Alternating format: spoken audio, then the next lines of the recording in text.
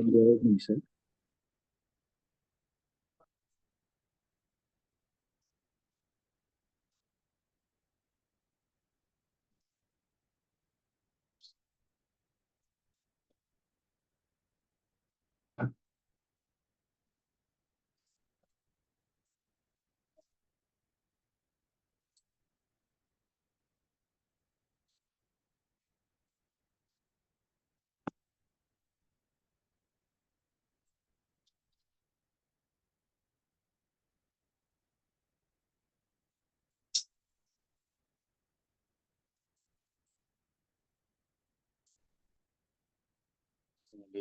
ಪ್ರೀತಿಯ ಸಹೋದರರೇ, ಎಲ್ಲರಿಗೂ ನಮ್ಮ ಕರ್ತನು ನಮ್ಮ ರಕ್ಷಕನಾಗಿರುವ ಯೇಸು ಕ್ರಿಸ್ತನ ಒಂದು ಪವಿತ್ರ ನಾಮದಲ್ಲಿ ಎಲ್ಲರೂ ಕೂಡ ಕ್ರಿಸ್ತನ ನಾಮದಲ್ಲಿ ವಂದನೆಗಳನ್ನ ಹೇಳ್ಕೊಡುತ್ತೇನೆ.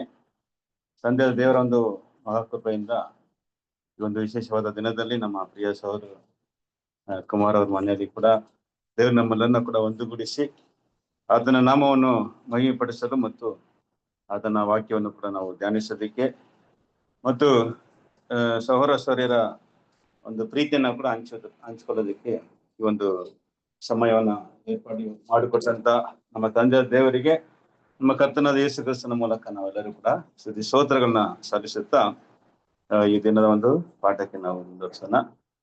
ಪ್ರಿಯ ಸಹೋದರರೇ, ಇಂದಿನಲ್ಲಿ ಕೂಡ ನಿಮ್ಮೊಂದಿಗೆ ಮಾತಾಡಬೇಕಾಗಿ ಆರಿಸಿದಂತ ಒಂದು ಪಾಠದ ಟಾಪಿಕ್ ಏನಂತ ನೋಡೋದಾದ್ರೆ Joshua, Jericho and the gospel age, ಅಂದ್ರೆ ಜೋಶುವ, ಜೆರಿಕೋ ಮತ್ತು ಸ್ವಾರ್ಥ ಯುಗ ಎಂಬ ಒಂದು ಟಾಪಿಕ್ ಅಲ್ಲಿ ಸೌರವ್ರು ಬರೆಯಲ್ಪಟ್ಟಂತ ಒಂದು ಪಾಠವನ್ನು ಇವತ್ತು ನಾವು ಏನ್ ಮಾಡೋಣ, ನಾವು ಧ್ಯಾನಿಸೋಣ. ಪ್ರಿಯ ಸರಿ, ಈ ಘಟನೆ ಎಲ್ಲರಿಗೂ ನಮ್ಗೆಲ್ಲರಿಗೂ ಕೂಡ ಪರಿಚಯ ಇರಬೇಕು. ಅಂದ್ರೆ ಎರಿಗೋ ಕೋಟೆನ ದೇವ್ರ ಏನ್ ಮಾಡಿದ್ರು, ಅದನ್ನ ಬೀಳ್ಸಿದ್ದು, ಎರಿಗೋ ಕೋಟೆನ ಬೀಳ್ಸಿದ ಒಂದು ಘಟನೆ ಬಂದು ನಿಮ್ಮೆಲ್ಲರೂ ಕೂಡ ಖಂಡಿತ ಜ್ಞಾಪಕ ಇರ್ಬೇಕಂತ ನಾನು ಏನ್ ಮಾಡ್ತೀನಿ, ನಾನು ನಂಬ್ತೀನಿ ಅಲ್ವಾ? ಸರಿ, ಯಾರಿಂದ ಈ ಜೆರಿಕೋ ಕೋಟೆ ಅದು ಬೀಳ್ಸಲ್ಪಟ್ಟಿತ್ತು? ಯಾರದನ್ನ ಬೀಳ್ಸಿದ್ರು? ಯಾರಿಂದ? ದೇವರು ಜೋಶುವ ಮುಖಾಂತರ ಅದನ್ನ ಏನ್ ಮಾಡಿದ್ರು, ಬೀಳ್ಸಿದ್ರು ಅಂತ ನೋಡ್ತೀವಿ ಅಲ್ವಾ? ಇದು ಬಂದು ಮೋಸೆ ನಂತರ ಯೋಶುವ ಮಾಡಿದಂತ ಮೊದಲನೇ ಒಂದು ಯುದ್ಧ, ಫಸ್ಟ್ ವಾರ್ ಆಫ್ ಜೋಶುವ ಅಂತ ಇದನ್ನ ಹೇಳ್ತೀವಿ. ಜೋಶುವ ಚಾರ್ಜ್ ತಗೊಂಡ ಮೇಲೆ ಅವರು ಯೋರ್ದನ್ ಹೊಲವನ್ನ ದಾಟಿ ಬಂದಾಗ ಅವರು ಮೊದಲನೇದಾಗಿ ನೋಡಿದ ಒಂದು ಪಟ್ಟಣ ಯಾವ್ದಂತ ನೋಡ್ಬೇಕಾದ್ರೆ ಜೆರಿಕೋ ಪಟ್ಟಣ. ಸೊ ಈ ಪಟ್ಟಣ ಬಂದು ತುಂಬಾ ಒಂದು ಪ್ರೊಟೆಕ್ಟೆಡ್ ಸಿಟಿ ಆಗಿತ್ತು, ಅಂದ್ರೆ ತುಂಬಾ ಆಶ್ರಯದಿಂದ ಇದ್ದಂತ ಒಂದು ಸಿಟಿ. ಇದರ ಸುತ್ತಲೂ ಒಂದು ಬಲವಾದ ಒಂದು ಕೋಟೆನ ಏನ್ ಮಾಡಿದ್ರು, ಇದನ್ನ ಕಟ್ಟಿದ್ರು. ಇದು ಒಂದು ತುಂಬಾ ಹಳೆಯ ಒಂದು ಸಿಟಿ ಅಲ್ವಾ? ಇವಾಗ ಕೂಡ ಆ ಹೆಸರಲ್ಲಿ ಆ ಪಟ್ಟಣ ಇವಾಗ ಕೂಡ ಕಾಣಲ್ಪಡ್ತದೆ. ಪ್ರಿಯ ಸರಸರೇ, ಇದು ಯೋರ್ದನ್ ಹೊಲಕ್ಕೆ ಸಮೀಪದಲ್ಲಿರುವಂತ ಒಂದು ಪಟ್ಟಣ. ಈ ಪಟ್ಟಣದ ಸುತ್ತಲೂ ಬಲವಾದ ಒಂದು ಕೋಟೆ ಏನಾಗಿತ್ತು, ಕಟ್ಟಲ್ಪಟ್ಟಿತ್ತು. ಅದರಿಂದ ಯಾರಿಂದ ಕೂಡ ಈ ಪಟ್ಟಣವನ್ನ ಅಷ್ಟು ಬೇಗವಾಗಿ ಏನ್ ಮಾಡಕ್ ಆಗ್ತಾ ಇರ್ಲಿಲ್ಲ, ಅದನ್ನ ಜಯಿಸಕ್ ಆಗ್ತಾ ಇರ್ಲಿಲ್ಲ. ಈ ರೀತಿಯಾದಂತ ಒಂದು ಸ್ಟ್ರಾಂಗೆಸ್ಟ್ ಫೋರ್ಟ್ ಅಂತ ಈ ಜೆರಿಕೋ ಕೋಟೆನ ಏನ್ ಮಾಡ್ತಾ ಇದ್ರು, ಹೇಳ್ತಾ ಇದ್ರು. ಸರಿ, ಈ ಘಟನೆ ಯಾವ ಪುಸ್ತಕದಲ್ಲಿ ಮತ್ತು ಯಾವ ಅಧ್ಯಾಯದಲ್ಲಿ ಬರೆಯಲ್ಪಟ್ಟಿದೆ? ಯಾರು ಹೇಳ್ತೀರ? ನೋಡಿದೆ ಇರುತ್ತಾ? ಯಾಕಂದ್ರೆ ಇಲ್ಲಿರೋರೆಲ್ಲ ತುಂಬಾ ಸ್ಮಾರ್ಟ್ ಬೈಬಲ್ ಸ್ಟೂಡೆಂಟ್ಸ್ కదా, ಎಲ್ಲ ಬೈಬಲ್ ನ ಎಷ್ಟು ಚೆನ್ನಾಗಿ ಓದಿರ್ತೀರಾ ನಮ್ಗೆ ಇವತ್ತು. ಸಿಸ್ಟರ್ ಅಂದ್ರೆ ಎರಡನೇ ಅಧ್ಯಾಯ ಕರೆಕ್ಟಾ? ಒಬ್ರು ಹೇಳ್ತಾರೆ 4. ಬೇಗ ಹೇಳಿ. 6ನೇ ಅಧ್ಯಾಯದಲ್ಲಿ ಈ ಘಟನೆ ಏನಾಗಿದೆ, ಜೆರಿಕೋ ಬಂದು ಜೋಶುವ 6ನೇ ಅಧ್ಯಾಯದಲ್ಲಿ ಇದೇನಾಗಿದೆ, ಬರೆಯಲ್ಪಟ್ಟಿದೆ. ಸರಿ, ಈ ಕೋಟೆನ ಯಾವ ರೀತಿಯಾಗಿ ಜೋಶುವ ಬಿಡಿಸ್ತಾರೆ ಅಂತ ನಾವು ಈ ಪಾಠದಲ್ಲಿ ನೋಡೋಣ. ಮತ್ತು ಅದರಲ್ಲಿ ಇರುವಂತ ಒಂದು ದೇವರ ಯೋಜನೆ ಮತ್ತು ನಮ್ಗಿರುವಂತ ಒಂದು ಪಾಠಗಳು, ಇವುಗಳೆಲ್ಲ ಕೂಡ ನಾವು ಬೇಗನೆ ಏನ್ ಮಾಡೋಣ, ಈ ಪಾಠದಲ್ಲಿ. ಸರಿ, ಪ್ರಿಯ ಸಹೋದರರೇ, ಈ ಪಟ್ಟಣಕ್ಕೆ ಇನ್ನೊಂದು ಹೆಸರು ಕೂಡ ಬೈಬಲ್ ಕೊಡಲ್ಪಟ್ಟಿದೆ. ಅಂದ್ರೆ ಈ ಪಟ್ಟಣಕ್ಕೆ ಇನ್ನೊಂದು ಹೆಸರು ಏನಪ್ಪಾ ಅಂದ್ರೆ, ಬೈಬಲ್ ಹೇಳ್ಪಟ್ಟಿರೋ ಹೆಸರು the city of palm tree ಅಂತ. ಅಂದ್ರೆ ಅಂಜುರದ ಮರದ ಪಟ್ಟಣ ಎಂಬ. ಯಾಕಂದ್ರೆ ಈ ಪಟ್ಟಣದಲ್ಲಿ ತುಂಬಾ ಹಲವಾರು ಏನಿತ್ತು, ಖರ್ಜೂರದ ಮರಗಳು ಅಲ್ಲಿ ಇತ್ತಂತ ನೋಡ್ತೀವಿ. ವಾಕ್ಯ ಓದನ ಓದಿ. ಡ್ಯೂಟ್ರಾನಮಿ ಧರ್ಮೋಪದೇಶ ಕಾಂಡ 34ನೇದಲ್ಲಿ 3ನೇ ವಾಕ್ಯವನ್ನ ನಾವು ಓದೋಣ. ಡ್ಯೂಟ್ರಾನಮಿ 34:3. ದಕ್ಷಿಣ ಪ್ರದೇಶ ಚೌಗೋರಿನ ತನಕ ಎರಿಕೋ ಎಂಬ ಖರ್ಜೂರಗಳ ಪಟ್ಟಣದ ಸುತ್ತಲಿರುವ ಮೈದಾನ ಇದನ್ನೆಲ್ಲ ಅವರಿಗೆ ತೋರಿಸಿರಿ. ಸಾಕು ಶ್ರೇಷ್ಠ. ಇದಕ್ಕೆ ಇನ್ನೊಂದು ಹೆಸರು ಜ್ಞಾಪಕ ಇಟ್ಕೊಳ್ಳಿ ಪ್ರಿಯರೇ. ಇದಕ್ಕೇನ್ ಹೆಸರು? ಖರ್ಜೂರದ ಪಟ್ಟಣ, the city of palm tree ಅಂತ ಕೂಡ. ಯಾಕಂದ್ರೆ ಈ ಪಟ್ಟಣದೊಳಗೆ ತುಂಬಾ ಹಲವಾರು ಖರ್ಜೂರದ ಮರಗಳಿತ್ತು. ಸೊ ಅದರಿಂದ ಈ ಒಂದು ಪಟ್ಟಣ ನಾವು ನೋಡೋದಾದ್ರೆ ತುಂಬಾ ಸ್ಟ್ರಾಂಗ್ ಆಗಿತ್ತು, ತುಂಬಾ ಬಲವಾದ ಕೋಟೆಯಿಂದ ಕಟ್ಟಲ್ಪಟ್ಟಂತ ಒಂದು ಪಟ್ಟಣ. ನೋಡಿದ್ರ ಗೋಡೆ ಎಷ್ಟು ಎತ್ತರ ಇತ್ತು ಮತ್ತು ಅದರ ಅಗಲವು ಕೂಡ ಎಷ್ಟು ಇತ್ತು ಅಂತ ನಾವು ನೋಡೋದಾದ್ರೆ ಸುಮಾರು 20ರಿಂದ 26 ಅಡಿ ಎತ್ತರವಾಗಿರುವಂತ ಒಂದು ಕೋಟೆ ಇದು. ಮತ್ತು ಇದ್ರ ಅಗಲವು ಕೂಡ ನೋಡಿದ್ರೆ 6ರಿಂದ 8ರವರೆಗೆ ಇದಂತ ಒಂದು ಕೋಟೆ ಇದು. ಸೊ ಈ ರೀತಿಯಾಗಿ ಆ ಕೋಟೆದ ಒಂದು ಜೆರಿಕೋ ವಾಲ್ನ ಕಟ್ಟಿದ್ರು. ಸೊ ಇದೇ ರೀತಿಯಾದಂತ ಬೈಬಲ್ ಅಲ್ಲಿ ಇದೇ ರೀತಿಯಾದಂತ ಒಂದು ಸ್ಟ್ರಾಂಗೆಸ್ಟ್ ಒಂದು ಕೋಟೆನ ಹೊಂದಿದ ಒಂದು ಪಟ್ಟಣ ಕೂಡ ಇನ್ನೊಂದು ಪಟ್ಟಣ ಇದೆ. ಅದು ಕೂಡ ಬೈಬಲ್ ಅಲ್ಲಿ ತುಂಬಾನೇ ಹೇಳಲ್ಪಟ್ಟಿದೆ. ಆ ಪಟ್ಟಣ ಯಾವ್ದಂತ ಹೇಳ್ತೀರಾ? Babylon, the city of Babylon ಅಲ್ವಾ? ಸಿಟಿ ಆಫ್ ಬ್ಯಾಬಿಲೋನ್ ಕೂಡ ಇದಕ್ಕಿಂತ ತುಂಬಾ ಬಲವಾದ ಕೋಟೆನ ಹೊಂದಿತ್ತು. ಅದರಿಂದ ಈ ಬ್ಯಾಬಿಲೋನ್ ಏನ್ ಹೇಳ್ತಾ ಇದ್ರೆ ಸೀಸ್ ಪ್ರೂಫ್ ಸಿಟಿ ಅಂತ ಕರೀತಾ ಇದ್ರು. ಅಂದ್ರೆ ಯಾರಿಂದಲೂ ಕೂಡ ಅದನ್ನೇನ್ ಮಾಡಕ್ ಆಗ್ತಿರ್ಲಿಲ್ಲ, ಜಯಿಸಕ್ ಆಗ್ತಾ ಇರುವಂತ ಒಂದು ಸ್ಟ್ರಾಂಗೆಸ್ಟ್ ಫೋರ್ಟ್. ನೋಡಿ ಅದರ ಎತ್ತರ ನೋಡಿದ್ರೆ 300 ಅಡಿ ಎತ್ತರವಾಗಿತ್ತಂತ ಹೆರೋಡೋಟಸ್ ಹಿಸ್ಟೋರಿಯನ್ಸ್ ಏನ್ ಮಾಡ್ತಾರೆ ಇದರ ವಿಷಯವಾಗಿ ಹೇಳ್ತಾರೆ. ಸೊ ಅಷ್ಟು ಬಲವಾದ ಒಂದು ಕೋಟೆ ನಾವು ಬೈಬಲ್ ಅಲ್ಲಿ 2 ಕೋಟೆಗಳ ಬಗ್ಗೆ ನಾವು ನೋಡ್ತೀವಿ. ಒಂದು ಜೆರಿಕೋ, ಇನ್ನೊಂದು ಬ್ಯಾಬಿಲೋನ್. ಸೊ ಬ್ಯಾಬಿಲೋನ್ ಅಷ್ಟು ಬಲವಾದ ಕೋಟೆಗಳಿದ್ರು ಕೂಡ ಅದರೊಳಗೆ ಯಾರು ಕೂಡ ನುಗ್ಗಕ್ ಆಗ್ತಿರ್ಲಿಲ್ಲ. ಆದ್ರೆ ಅದು ಕೂಡ ಒಂದು ಅದ್ಭುತವಾದ ರೀತಿಯಲ್ಲಿ ಏನಾಗಿತ್ತು, ಅದು ಕೂಡ ಬೀಳ್ಸಲ್ಪಟ್ಟಿತ್ತು. ಅದರ ಕೋಟೆ ಒಳಗಡೆ ಯಾರು ಹೋದ್ರು ಅಂತ ನೋಡ್ತೀವಿ. ಯಾರಿಂದ ಬ್ಯಾಬಿಲೋನ್ ಒಂದು ಪಟ್ಟಣವು ಬೀಳ್ಸಲ್ಪಟ್ಟಿತ್ತು? ಮೇದ ಪರ್ಷಿಯ ಅಲ್ವಾ? ಅದು ಯಾರು? ಅದು ಯಾವ ರಾಜ? ಸೈರಸ್ ಅಲ್ವಾ? ಅರಸನಾದಂತ ಸೈರಸ್ ಮುಖಾಂತರ ಈ ಬ್ಯಾಬಿಲೋನ್ ಕೂಡ ಬೀಳ್ಸಲ್ಪಟ್ಟಿತ್ತು. ಅದೇ ರೀತಿಯಾಗಿ ಜೆರಿಕೋ ಕೂಡ ಪ್ರೀತಿಯ ಸಹೋದರರೇ ಜೋಶುವ ಇಂದ ಅದು ಬೀಳ್ಸಲ್ಪಟ್ಟಿತ್ತು ಅಂತ ನೋಡಿ.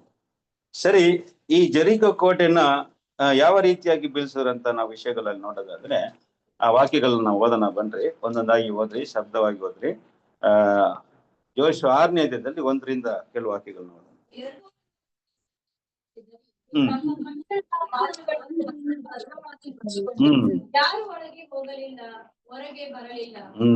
ನೋಡಿದ ಪ್ರಿಯ ಸರಸರೇ, ಈಗ ಜೋಶುವ ಯೋರ್ದನ್ ದಾಟಿ ಅವರು ಮೊದಲನೇದಾಗಿ ಮಾಡಿದ ಒಂದು ಯುದ್ಧ, ಇದನ್ನ ಫಸ್ಟ್ ವಾರ್ ಆಫ್ ಜೋಶುವ ಅಂತ ಕೂಡ ಏನಾಗ್ತದೆ ಕರೀತಾ ಇದ್ರು.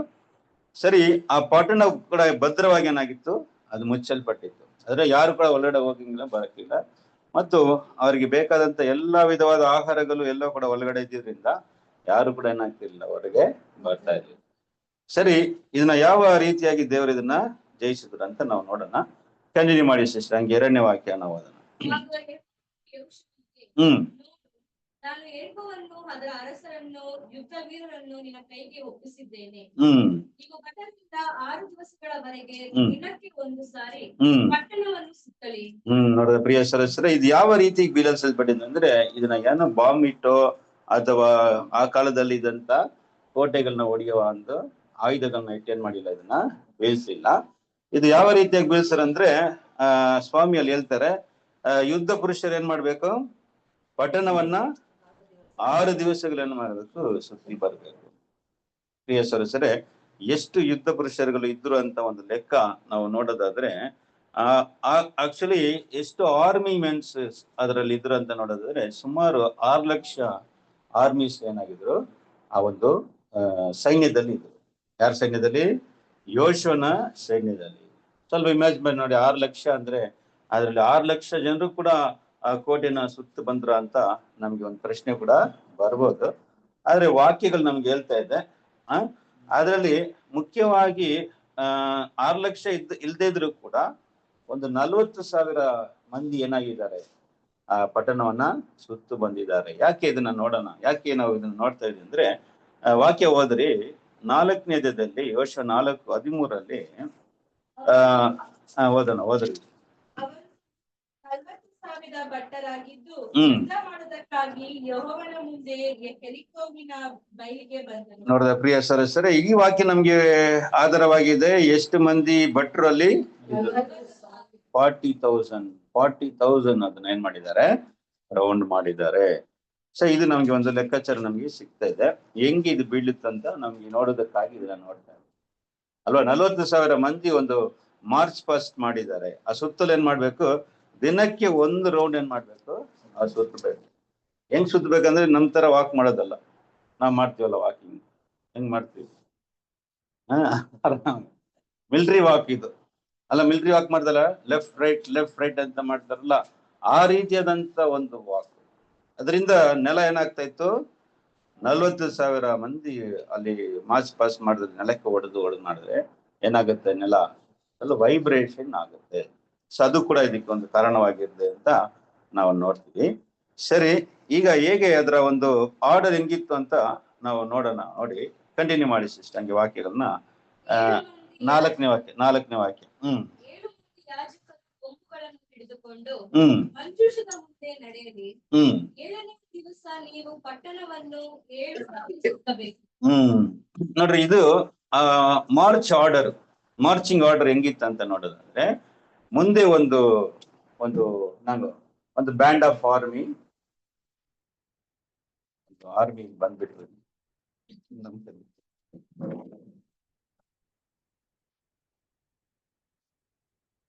ಸರಿನಾ?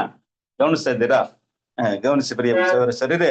ನೋಡಿ, ಈಗ ಹೆಂಗೆ ಬಂದು ಇದು ಏನಂದ್ರೆ ಫ್ರಂಟ್ ಗಾರ್ಡ್, ಆರ್ಮ್ ಗಾರ್ಡ್ ಆಗಿ ಒಂದು ಫ್ರಂಟ್ ಅಲ್ಲಿ ಒಂದು ಗುಂಪಾದಂತ ಒಂದು ಆರ್ಮಿ, ಮತ್ತು ಅದರ ಮಧ್ಯದಲ್ಲಿ ಸೆಕೆಂಡ್ ಯಾರಂದ್ರೆ 7 ಮಂದಿ ಯಾಜಕರು.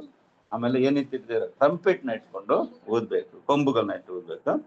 ಅದ ನಂತರ ಮಂಜಿಸದ ಪೆಟ್ಟಿಯನ್ನು ಹೊತ್ಕೊಂಡಿರುವಂತ ಯಾಜಕರು ಅಲ್ಲಿ ಇರ್ಬೇಕು. ನೆಕ್ಸ್ಟ್ ಅದರ ಹಿಂದೆ ಬ್ಯಾಕ್ ಗಾರ್ಡ್, ರೇರ್ ಗಾರ್ಡ್ ಅಂತ ಹಿಂದ್ಗಡೆ ಕೂಡ ಕೆಲವು ಮಂದಿ ಯಾರಿದ್ರು? ಸೋಲ್ಜರ್ಸ್ಗಳು. ಇದೇ ಅವರ ಒಂದು ಮಾರ್ಚಿಂಗ್ ಆರ್ಡರ್ ಬಂದು ಈ ರೀತಿಯಾಗಿತ್ತು ಅಂತ ನೋಡ್ತೀವಿ. ಅದು ಎಷ್ಟು ಮಂದಿ ನಾವು ನೋಡುವಾಗ ವಾಕ್ಯದಲ್ಲಿ ನೋಡಿದ 6 ಲಕ್ಷ ಪುರುಷರು ಅಲ್ಲಿ ಯುದ್ಧ ಪುರುಷರಿದ್ರು. ಮತ್ತು ಅದು 12 ಗೋತ್ರದಲ್ಲಿದ್ದಂತ ಟೋಟಲ್ ಆರ್ಮಿ ಮೆನ್ಸ್ 6 lakhs ಇತ್ತು. ಇದು ನಾವು ನೋಡಿದ್ದು ಬಂದು 40,000 ಬಂದು ನಾವು ನೋಡಿದ್ದು ಯಾರಂದ್ರೆ 3 ಗೋತ್ರದವರು: ರೂಬನು, ಗಾತ್, ಮನಾಸೆಯ ಒಂದು ಅರ್ಧ ಗೋತ್ರದವರು. ಯಾಕಂದ್ರೆ ಇವ್ರಿಗೆ ಬಂದು ಯೋರ್ದಾನ್ ಈ ಕಡೆನೇ ಏನ್ ಮಾಡ್ಬಿಟ್ರು? ದೇವರು ಅವರಿಗೆ ಸ್ವತಂತ್ರವನ್ನ ಕೊಟ್ಬಿಟ್ರು. ಅದ್ರ ಒಂದು ಕಂಡೀಷನ್ ಹೇಳಿದ್ರು, ನೀವೇನ್ ಮಾಡ್ಬೇಕು? ಯುದ್ಧದಲ್ಲಿ ಎಲ್ಲರೂ ಕೂಡ ಪಾಲ್ ಮಾಡ್ಬೇಕು. ಕಾನಾನ್ ದೇಶದಲ್ಲಿ ಎಲ್ಲ ಆಗುವಂತ ಯುದ್ಧದಲ್ಲಿ ನೀವೇನಾಗ್ಬೇಕು? ನೀವು ಫ್ರಂಟ್ ಅಲ್ಲಿ ಇರ್ಬೇಕಂತ. ಅದ್ರಲ್ಲಿ ಇದ್ದಂತ ಒಂದು ಲೆಕ್ಕನ ಇಲ್ಲಿ ನೋಡೋದು 40,000 ಬಂದು ಒನ್ಲಿ 2.5 ಟ್ರೈಬ್ಸ್, 2.5 ಗೋತ್ರದವರಲ್ಲಿ ಇದ್ರಂತ ನೋಡ್ತೀವಿ. ಸರಿ, ಇಷ್ಟು ಮಂದಿ ಆ ಕೋಟೆನ ಏನ್ ಮಾಡಿದ್ದಾರೆ? ಅಲ್ಲಿ ಮಾರ್ಚ್ ಪಾಸ್ಟ್ ಅಲ್ಲಿ ಮಾಡಿದ್ದಾರೆ ಅಂತ ನೋಡ್ತೀವಿ. ಸೊ ನೆಕ್ಸ್ಟ್ ಇನ್ಫಾರ್ಮೇಶನ್ ಏನಪ್ಪ ಅಂದ್ರೆ, ಎಷ್ಟು ದೂರ ಇತ್ತು ಆ ಕೋಟೆ, ಒಂದು ಅಳತೆ ಎಷ್ಟಿತ್ತು ಅದು ರೌಂಡು ಅಂತ ನೋಡೋದಾದ್ರೆ, ನಾವು ಎಲ್ಲರೂ ತುಂಬಾ ಕಡಿಮೆನೇ ಇತ್ತು ಅಂತ ನೋಡ್ತೀವಿ. ಎಷ್ಟಂದ್ರೆ ಒಂದು 800 ಮೀಟರ್ ಅಂದ್ರೆ 1 ಕಿಲೋಮೀಟರ್ ಒಳಗಡೆನೆ ಇದ್ದಿದ್ದೆ ಆ ಕೋಟೆಯ ಒಂದು ಪೆರಿಮೀಟರ್ ಸುತ್ತಲೂ. ಅಂದ್ರೆ 1 ಕಿಲೋಮೀಟರ್ ರೌಂಡು ಅವ್ರೇನಾದ್ರು ಒಂದ್ ದಿನಕ್ಕೆ ಅವ್ರು ಮಾರ್ಚ್ ಪಾಸ್ ಮಾಡ್ಬಿಟ್ಟು ಎಲ್ಲಿ ಹೋಗ್ಬೇಕು? ತಮ್ಮ ಗೂಡಾರಕ್ಕೆ ಹೋಗ್ತಾರೆ. ಈ ರೀತಿಯಾಗಿ ಅವರು 7 ದಿನಕ್ಕೆ ಎಷ್ಟು ಮಾಡಿದ್ದಾರೆ ಅಂತ ಒಂದು ಲೆಕ್ಕ ನೋಡೋದಾದ್ರೆ, ಸುಮಾರು 8 ರಿಂದ 10 ಕಿಲೋಮೀಟರ್ಸ್ ಏನ್ ಮಾಡ್ಬೇಕು? ಅವರು ಅದನ್ನ ರೌಂಡ್ ಹೊಡ್ತಿದ್ದಾರೆ. ನೋಡ್ರಿ, 10 ಕಿಲೋಮೀಟರ್ಸ್ ಅವ್ರೇನ್ ಮಾಡಿದ್ದಾರೆ? ಅಲ್ಲಿ ಮಾರ್ಚ್ ಪಾಸ್ಟ್ ಒಂದು ರೌಂಡ್ 1 ಕಿಲೋಮೀಟರ್. ಈ ರೀತಿಯಾಗಿ ಟೋಟಲ್ 7 days ಅಲ್ಲಿ, ಇನ್ಕ್ಲೂಡಿಂಗ್ 7th ಡೇ ಮಾತ್ರ ಅವ್ರೇನ್ ಮಾಡ್ಬೇಕು? 7 ಸಾರಿ ಆ ಕೋಟೆನ ಅವರು ಸುತ್ತ ಬರ್ಬೇಕಂತ ನೋಡ್ತೀವಿ. ಕಂಟಿನ್ಯೂ ಮಾಡೋಣ, ಹಂಗೆ ಕಂಟಿನ್ಯೂ ಮಾಡಿ ಸಿಸ್ಟರ್. ಯಾಜಕರು ಕೊಂಬುಗಳನ್ನು ಊದಬೇಕು. ಅವರು ದೀರ್ಘವಾಗಿ ಊದುವ ಕೊಂಬಿನ ಧ್ವನಿಯು ಕೇಳಿಸುತ್ತಲೇ ನೀವೆಲ್ಲರೂ ಮಹಾತರವಾದ ಆರ್ಭಟಿಸಿರಿ. ಆಗ ಪಟ್ಟಣದ ಗೋಡೆಯು ತಾನೇ ಬಿದ್ದು ಹೋಗುವುದು. ನೋಡ್ರ ಪ್ರಿಯ ಸದಸ್ಯರಾಗ ಪಟ್ಟಣದ ಗೋಡೆ ತಾನೇ ಏನಾಗುತ್ತೆ? ಬೀಳುತ್ತೆ ಎಂಬುದಾಗಿ ನೋಡಿ. ಸರಿ, ಇದು ಇನ್ಸ್ಟ್ರಕ್ಷನ್ ದೇವ್ರು ಏನ್ ಮಾಡ್ತಾರೆ? ಈ ಯಾರಿಗೆ? ಯೋಶುವನಿಗೆ ಅಲ್ಲಿ ಏನ್ ಮಾಡಿದ್ರು? ಕೊಟ್ಟಿದ್ರ ಅಂತ ನೋಡ್ತೀವಿ. ಸೊ ಇದನ್ನೇ ಯೋಶುವ ಏನ್ ಮಾಡ್ತಾರೆ? ಇದನ್ನ ಇಂಪ್ಲಿಮೆಂಟ್ ಮಾಡ್ತಾರೆ. ಸರಿನಾ?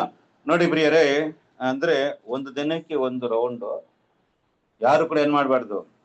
ಯಾವ ಮಾತಾಡಬಾರ್ದು ಅಲ್ವಾ, ಯಾರು ಕೂಡ ಏನ್ ಮಾಡ್ಬಾರ್ದು, ಯಾವ ಮಾತಾಡಬಾರ್ದು. ಒನ್ಲಿ ಟ್ರಂಪೆಟ್ ಕೊಂಬುಗಳು ಮಾತ್ರ ಊದ್ಬೇಕು. ಯಾಜಕರು ಬಂದು ಆ ಯಾಜಕರು ಏನ್ ಮಾಡ್ಬೇಕು, ಆ ಕೊಂಬುಗಳನ್ನ ಊದ್ಕೊಂಡು ಬರ್ಬೇಕು. ಬೇರೆ ಯಾರು ಕೂಡ ಬಾಯಿಂದ ಯಾವ ಶಬ್ದ ಕೂಡ ಆಗ್ಬಾರ್ದು. ಸರಿನಾ? ಆ ವಾಕ್ಯ 10ನೇ ವಾಕ್ಯ ಹೋದ್ರಿ, 10th ವರ್ಸ್.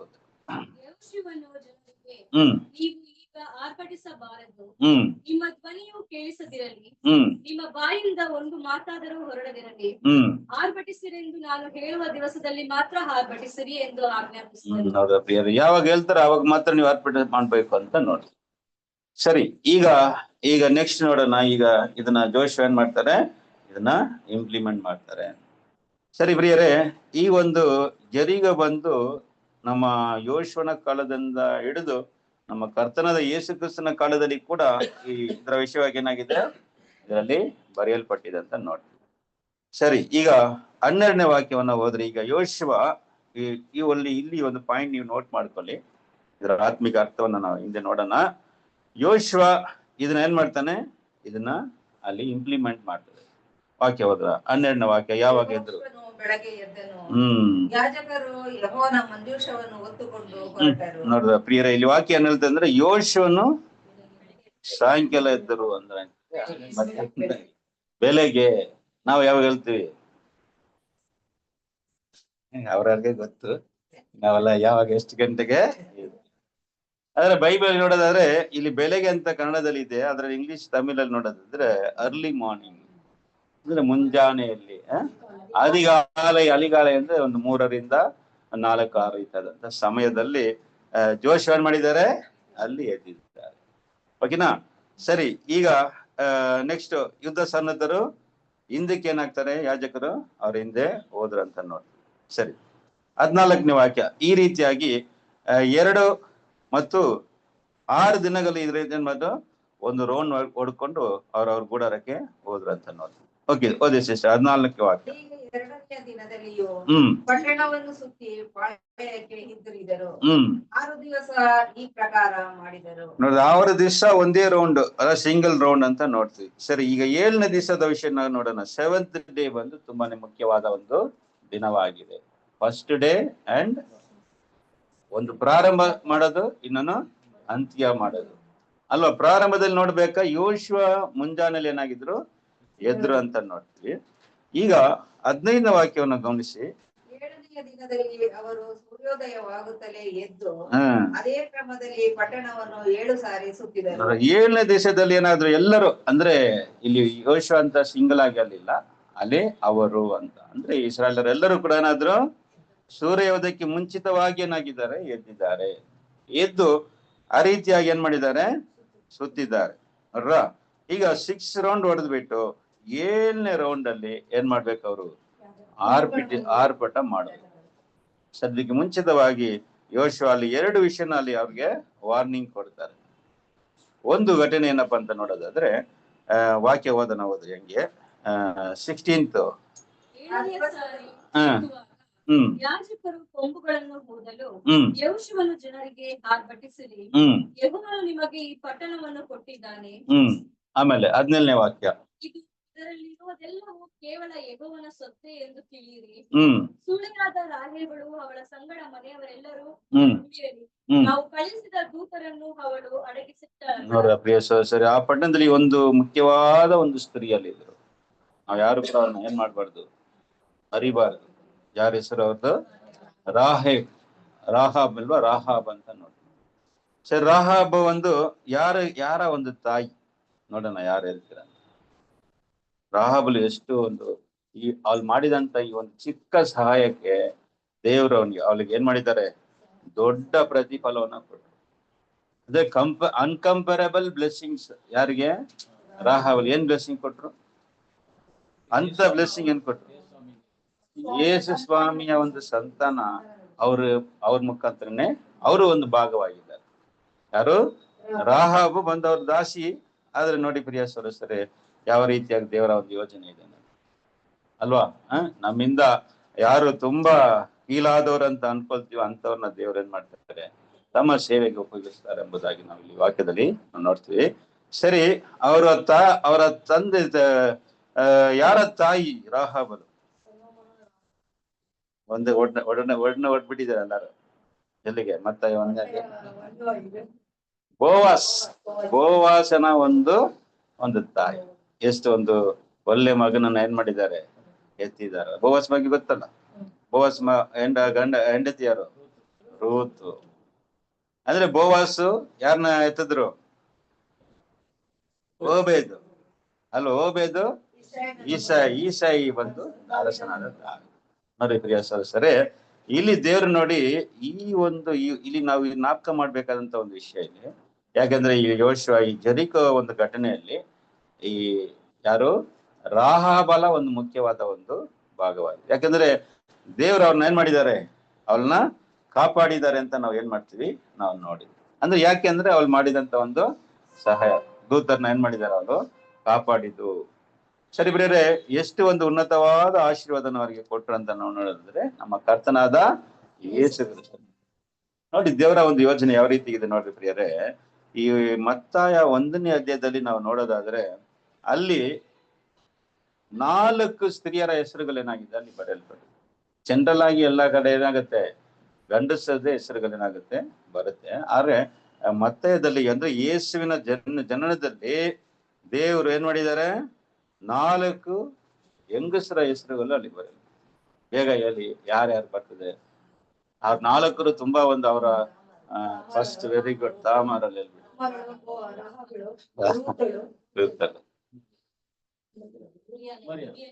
ಊರ್ಯನ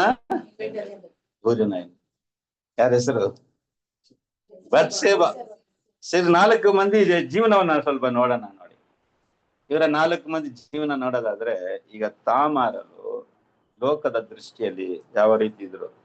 ಯಾರಿಂದ? ಅವ್ರ ಮಗಳನ್ನ ಪಡಲು ತನ್ನ ಮಾವನಿಂದ ಅಲ್ವಾ? ತನ್ನ ಮಾವನಿಂದ ಏನ್ ಮಾಡಿದಾರೆ ಅಂದ್ರೆ, ಎಲ್ಲಿ ಯಾವ ರೀತಿ ನಡ್ಕೊಂಡ್ಲ ಅಲ್ಲಿ ಅವಳು? ಒಂದು ದಾಸಿ ತರ ಅಲ್ವಾ? ದಾಸಿ ತರ ಹೋಗಿ ಅಲ್ಲಿ ನಡ್ಕೊಂಡ್ಲಂತ ಕೂಡ ನಾವು ನೋಡ್ತೀವಿ. ಅದೇ ರೀತಿಯಾಗಿ ಯಾರು? ರಾಹಾಬಳು. ಮತ್ತೆ ರೂತ್ ನೋಡಿದ್ರೆ ಒಂದು ಅನ್ಯ ಸ್ತ್ರೀ ಅವಳು ಅಲ್ವಾ? ಅನ್ಯ ಸ್ತ್ರೀ ಆಗಿದ್ರು. ನೆಕ್ಸ್ಟ್ ನೀವು ನೋಡೋದಾದ್ರೆ ಪ್ರಿಯರೇ, ಯಾರು? ಬತ್ಸೆಬಾಲ ಒಂದು ಜೀವನ ಕೂಡ ನಾವು ನೋಡೋದಾದ್ರೆ, ದಾವೀದ ಹತ್ರ ಒಂದು ತಪ್ಪಿಗೆ ಒಳಗಾಗ್ತಾರಂತ ನೋಡ್ರಿ. ಈ ರೀತಿಯಾಗಿದ್ರು ಕೂಡ ದೇವರು ಇಂಥವ್ರನ್ನ ಏನ್ ಮಾಡಿದ್ದಾರೆ? ಆರಿಸ್ಕೊಂಡಿದ್ದಾರೆ. ಪ್ರಿಯರೇ, ಇವರ ಒಂದು ಮನಸ್ಸು ಹೆಂಗಿತ್ತು ಅಂತ ನೋಡ್ಬೇಕಂದ್ರೆ, ದೇವರ ಒಂದು ದೃಷ್ಟಿಯಲ್ಲಿ ಇವರ ಮನಸ್ಸು ಹೆಂಗಿತ್ತು? ಶುದ್ಧವಾಗಿತ್ತು. ಸಂದರ್ಭಗಳು ಅವ್ರನ್ನ ಏನ್ ಮಾಡಿದ? ಆ ರೀತಿಯಾಗಿ ಅವ್ರನ್ನ ಮಾಡಿದ ಹೊರತು ಅವರ ಮನಸ್ಸು ದೇವರ ಮುಂದೆ ಹೆಂಗಿತ್ತು ಅಂದ್ರೆ ಶುದ್ಧವಾಗಿತ್ತು.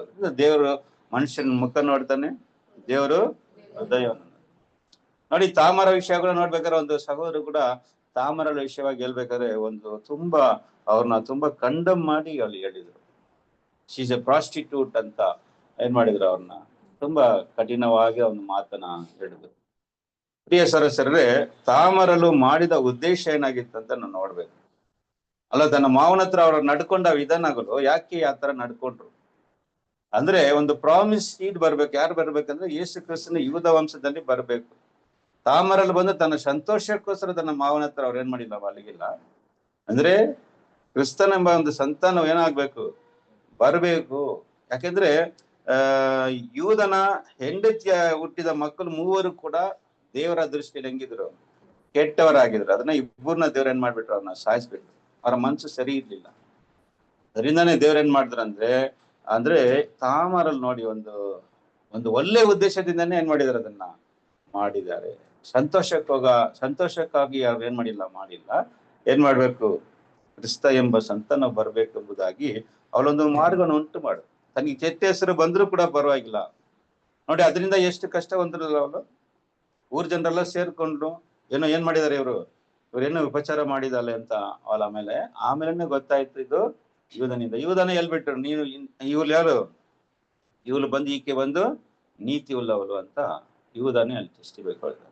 ಸರಿ, ನಾವು ಇಲ್ಲಿ ರಾಹಾಬ್ ಬಂದಿರೋದ್ರಿಂದ ನಾವು ಇದನ್ನ ನೋಡ್ತಾ ಇದ್ದೀವಿ. ದೇವರ ಒಂದು ಯೋಜನೆಗಳು ಯಾವ ರೀತಿಯಾಗಿದೆ, ನಾವು ನೋಡುವಂತ ನೋಟದಲ್ಲಿ ದೇವ್ರ ಏನ್ ನೋಡಲ್ಲ ಎಂಬುದಾಗಿ ನಾವು ನೋಡ್ತೀವಿ.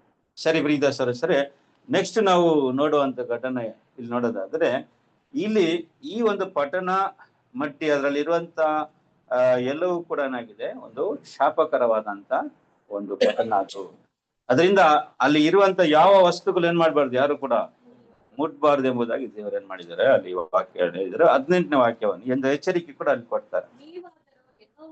ಮೀಸಲಾದ ವಸ್ತುಗಳ ವಿಷಯದಲ್ಲಿ ಹ್ಮ್ ಜಾಗರೂಕತೆಯಿಂದಿರಬೇಕು. ಹ್ಮ್ ನೀವು ಅವುಗಳಲ್ಲಿ ಯಾವುದನ್ನಾದರೂ ತೆಗೆದುಕೊಂಡರೆ ಇಸ್ರಾಯೇಲ್ಯರ ಪಾಳೆಯವು ಶಾಪಕ್ಕೆ ಗುರಿಯಾಗಿ ಕೆಟ್ಟಿತು. ನೋಡಿದ ಪ್ರಿಯರೇ, ಅದರಿಂದ ಆ ಪಟ್ಟಣವನ್ನ ಆಮೇಲೆ ಏನ್ ಮಾಡಿದ್ರೆ, ಅದು ಒಂದು ದೇವರಿಗೆ ಯೆಹೋವನಿಗೆ ಮೀಸಲಾದ ಒಂದು ಪಟ್ಟಣ ಆಯ್ತು. ಅಂದ್ರೆ ದೇವರಿಗೆ ಅದು ಒಂದು ಡೆಡಿಕೇಟೆಡ್ ಆಯ್ತು. ಅದರಿಂದ ಈ ಪಟ್ಟಣ ಮತ್ತು ಅದರಲ್ಲಿರುವಂತ ಎಲ್ಲ ವಸ್ತುಗಳು ಯಾರಿಗೆ ಸೇರಿದೆ ಅಂದ್ರೆ ಯೆಹೋವನಿಗೆ ಸೇರಿತ್ತು. ಅದರಿಂದ ಯಾರು ಕೂಡ ಯಾವ್ದು ಕೂಡ ಏನ್ ಮಾಡ್ಬಾರ್ದು, ಮುಟ್ಬಾರ್ದು. ಸೊ ಸ್ವಾಮಿ ಎಲ್ಲಾದ್ರೂ ಈ ತರ ಎಚ್ಚರಿಕೆ ಕೊಟ್ರೆ ಅದಕ್ಕೆ ಎದುರಾಗಿ ಮಾಡೋರು ಯಾರಾದ್ರೂ ಇಬ್ರು ಏನ್ ಮಾಡ್ತಾರೆ, ಇರ್ತಾರಲ್ವಾ? ಇರ್ತಾರ? ಇದಕ್ಕೆ ಎದುರಾಗಿ ಯಾರು ಏನ್ ಮಾಡಿದ್ರು? ಆಕಾನ ದೇವ್ರು ಏನ್ ಹೇಳೋದು, ನಾನು ಮಾಡೋದು ಮಾಡ್ತೀನಿ. ನಾವು ಕೂಡ ಹಂಗೆ ಅಲ್ವಾ? ನಾವು ಕೂಡ ದೇವ್ರು ಏನ್ ಎಚ್ಚರಿಕೆ ಕೊಟ್ಟವ್ರು ಏನ್ ಮಾಡಲ್ಲ, ಯಾರು ಎದುರಲ್ಲ ಅಲ್ಲ. ದೇವ್ರಿಗೆ ಎದುರ್ತೀವಂದ್ರೆ ಖಂಡಿತ ಅಲ್ವಾ? ಆಕಂತರ ನಾವು ಕೂಡ ದೇವ್ರು ಮಾಡ್ಬೇಡ ಅಂದ್ರೆ ಮಾಡಿ ತೋರಿಸ್ತೀನಿ, ಏನಾಗುತ್ತೆ ನೋಡೋಣ, ಎರಡರಲ್ಲಿ ಒಂದೇನ್ ಮಾಡೋಣ, ನಾನ ದೇವರ ಅಂತ ನೋಡ್ಬಿಡೋಣ ಅಂತ ಕೆಲವರಿಗೆ ಅಂತ ಒಂದು ಮನಸ್ಸು. ಅಲ್ಲಿ ಏನ್ ಎಚ್ಚರಿಕೆ ಕೊಟ್ಟಿದಾರೋ ಯಾರು ಕೂಡ ಏನ್ ಮಾಡ್ಬೇಡ ಇಲ್ಲಿಂದ ಎತ್ಬಾರ್ದಂತ. ಅದು ಏನ್ ನೇಜದಲ್ಲಿದೆ ಅದು ಬೇರೆ ಪಾಠ, ನಾವು ನೋಡ್ಕೊಳ್ಳೋಣ. ಸರಿ, ಅಲ್ಲಿ ಇಂದು ಒಂದು ಪಾಯಿಂಟ್ ನಾವು ನೋಡ್ತೀವಿ. ಅಂದ್ರೆ ಈ ಪಟ್ಟಣ ಯಾರಿಗೆ ಸೇರಿದರೆ, ಇದು ಬಂದು ಯೆಹೋವನಿಗೆ ಮೀಸಲಾದಂಥದ್ದು. ಅದು ಶಾಪಕರವಾದಂತ ಒಂದು ಇದು ಪಟ್ಟಣ. ಅದು ಮಾತ್ರ ಅಲ್ಲ, ಇನ್ನೊಂದು ವಿಷಯ ಕೂಡ ಅಲ್ಲಿ ಹೇಳ್ತಾರೆ ಅಲ್ವಾ? ಈ ಪಟ್ಟಣವನ್ನ ಏನ್ ಮಾಡ್ಬಾರ್ದು. ಇನ್ನೊಂದು ಘಟನೆ ಕೂಡ ಈ ಪಟ್ಟಣದ ವಿಷಯವಾಗಿ ನೋಡೋಣ. ಒಂದು ಎಚ್ಚರಿಕೆ, ಇದೀಗ ಒಂದು ಎಚ್ಚರಿಕೆ ಕೊಟ್ರು, ನೆಕ್ಸ್ಟ್ ಇನ್ನೊಂದು ಎಚ್ಚರಿಕೆ ಏನ್ ಕೊಡ್ತಾರೆ? Very good. ಇದನ್ನೆಲ್ಲ ಸಾಯಿಸ್ಬೇಕಂತ ಇಲ್ಲ, ಇಲ್ಲಿ ಹೇಳಿಲ್ಲ, ಆ ತರ ಇನ್ಸ್ಟ್ರಕ್ಷನ್ ಕೊಟ್ಟಿಲ್ಲ. ಅದು ಬಂದು ಆಮೇಲೆ ಅದು ಒಂದು ಸೌಲನ್ಗೆ ಹೇಳ್ತಾರೆ, ಓಕೆನಾ? ಇಲ್ಲಿ ಬಂದು ಯಾವ ವಸ್ತುದಲ್ಲಿ ಎತ್ಬಾರ್ದು, ಎಲ್ಲರನ್ನು ಸಂವರಣೆ ಮಾಡ್ಬೇಕು.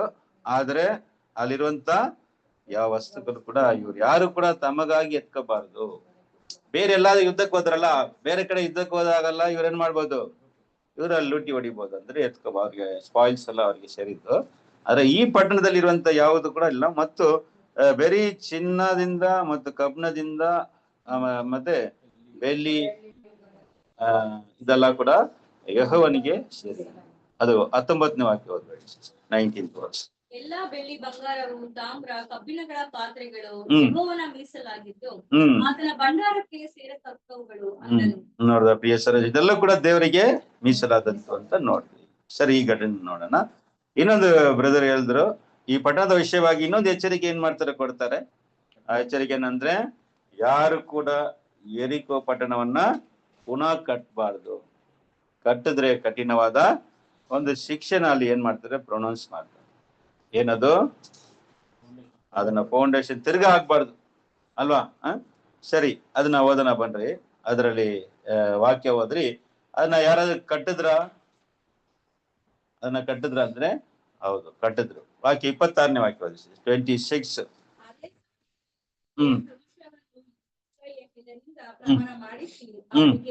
ಈ ಯೆರಿಕೋ ಪಟ್ಟಣವನ್ನು ಕಟ್ಟುವುದಕ್ಕೆ ಕೈ ಹಚ್ಚುವ ಮನುಷ್ಯನು ಯೆಹೋವನ ದೃಷ್ಟಿಯಲ್ಲಿ ಶಾಪಗ್ರಸ್ತನಾಗಿರಲಿ. ಅಂತವನು ಅದಕ್ಕೆ ಅಸ್ತಿವಾರ ಹಾಕುವಾಗ ತನ್ನ ಹಿರಿ ಮಗನನ್ನು ಬಾಗಳನ್ನು ಇಡುವಾಗ ಕಿರಿ ಮಗನನ್ನು ಕಳೆದುಕೊಳ್ಳಲಿ ಎಂದು ಹೇಳಿದನು. ನೋಡ್ರ ಪ್ರೀತಿಯ ಸರಸರೇ, ಹಾಗಾದ್ರೆ ನಾವ್ ಇಲ್ಲಿ ಏನ್ ನೋಡ್ತೀವಿ ಅಂದ್ರೆ, ಎಲ್ಲೂ ಕೂಡ ಎಚ್ಚರಿಕೆ ಕೊಟ್ಟಾಗ ಅದನ್ನ ಮಾಡೋಕೆ ಒಬ್ರು ಇರ್ತಾರಂತ ನೋಡ್ತೀವಿ ಅಲ್ವಾ? ಅದಕ್ಕೆ ದೇವ್ರ ಎಚ್ಚರಿಕೆನೇ ಕೂಡ ಕೊಡೋದು, ಯಾರಾದ್ರೂ ಈ ತರ ಮಾಡ್ತಾರಂತ. ಆದ್ರೆ ಇದನ್ನ ಕೂಡ ಏನ್ ಮಾಡಿದ್ದಾರೆ, ಒಬ್ಬ ಮನುಷ್ಯ ಕಟ್ರು. ಅವನ ಹೆಸರು ಬಂದು ಇಯೇಲ್ ಅಂತ ಹೆಸರು. ವಾಕ್ಯವದನ್ನ 1ನೇ ಅರಸು 16ನೇದಲ್ಲಿ 34ನೇ ವಾಕ್ಯ, 1 Kings 16:34.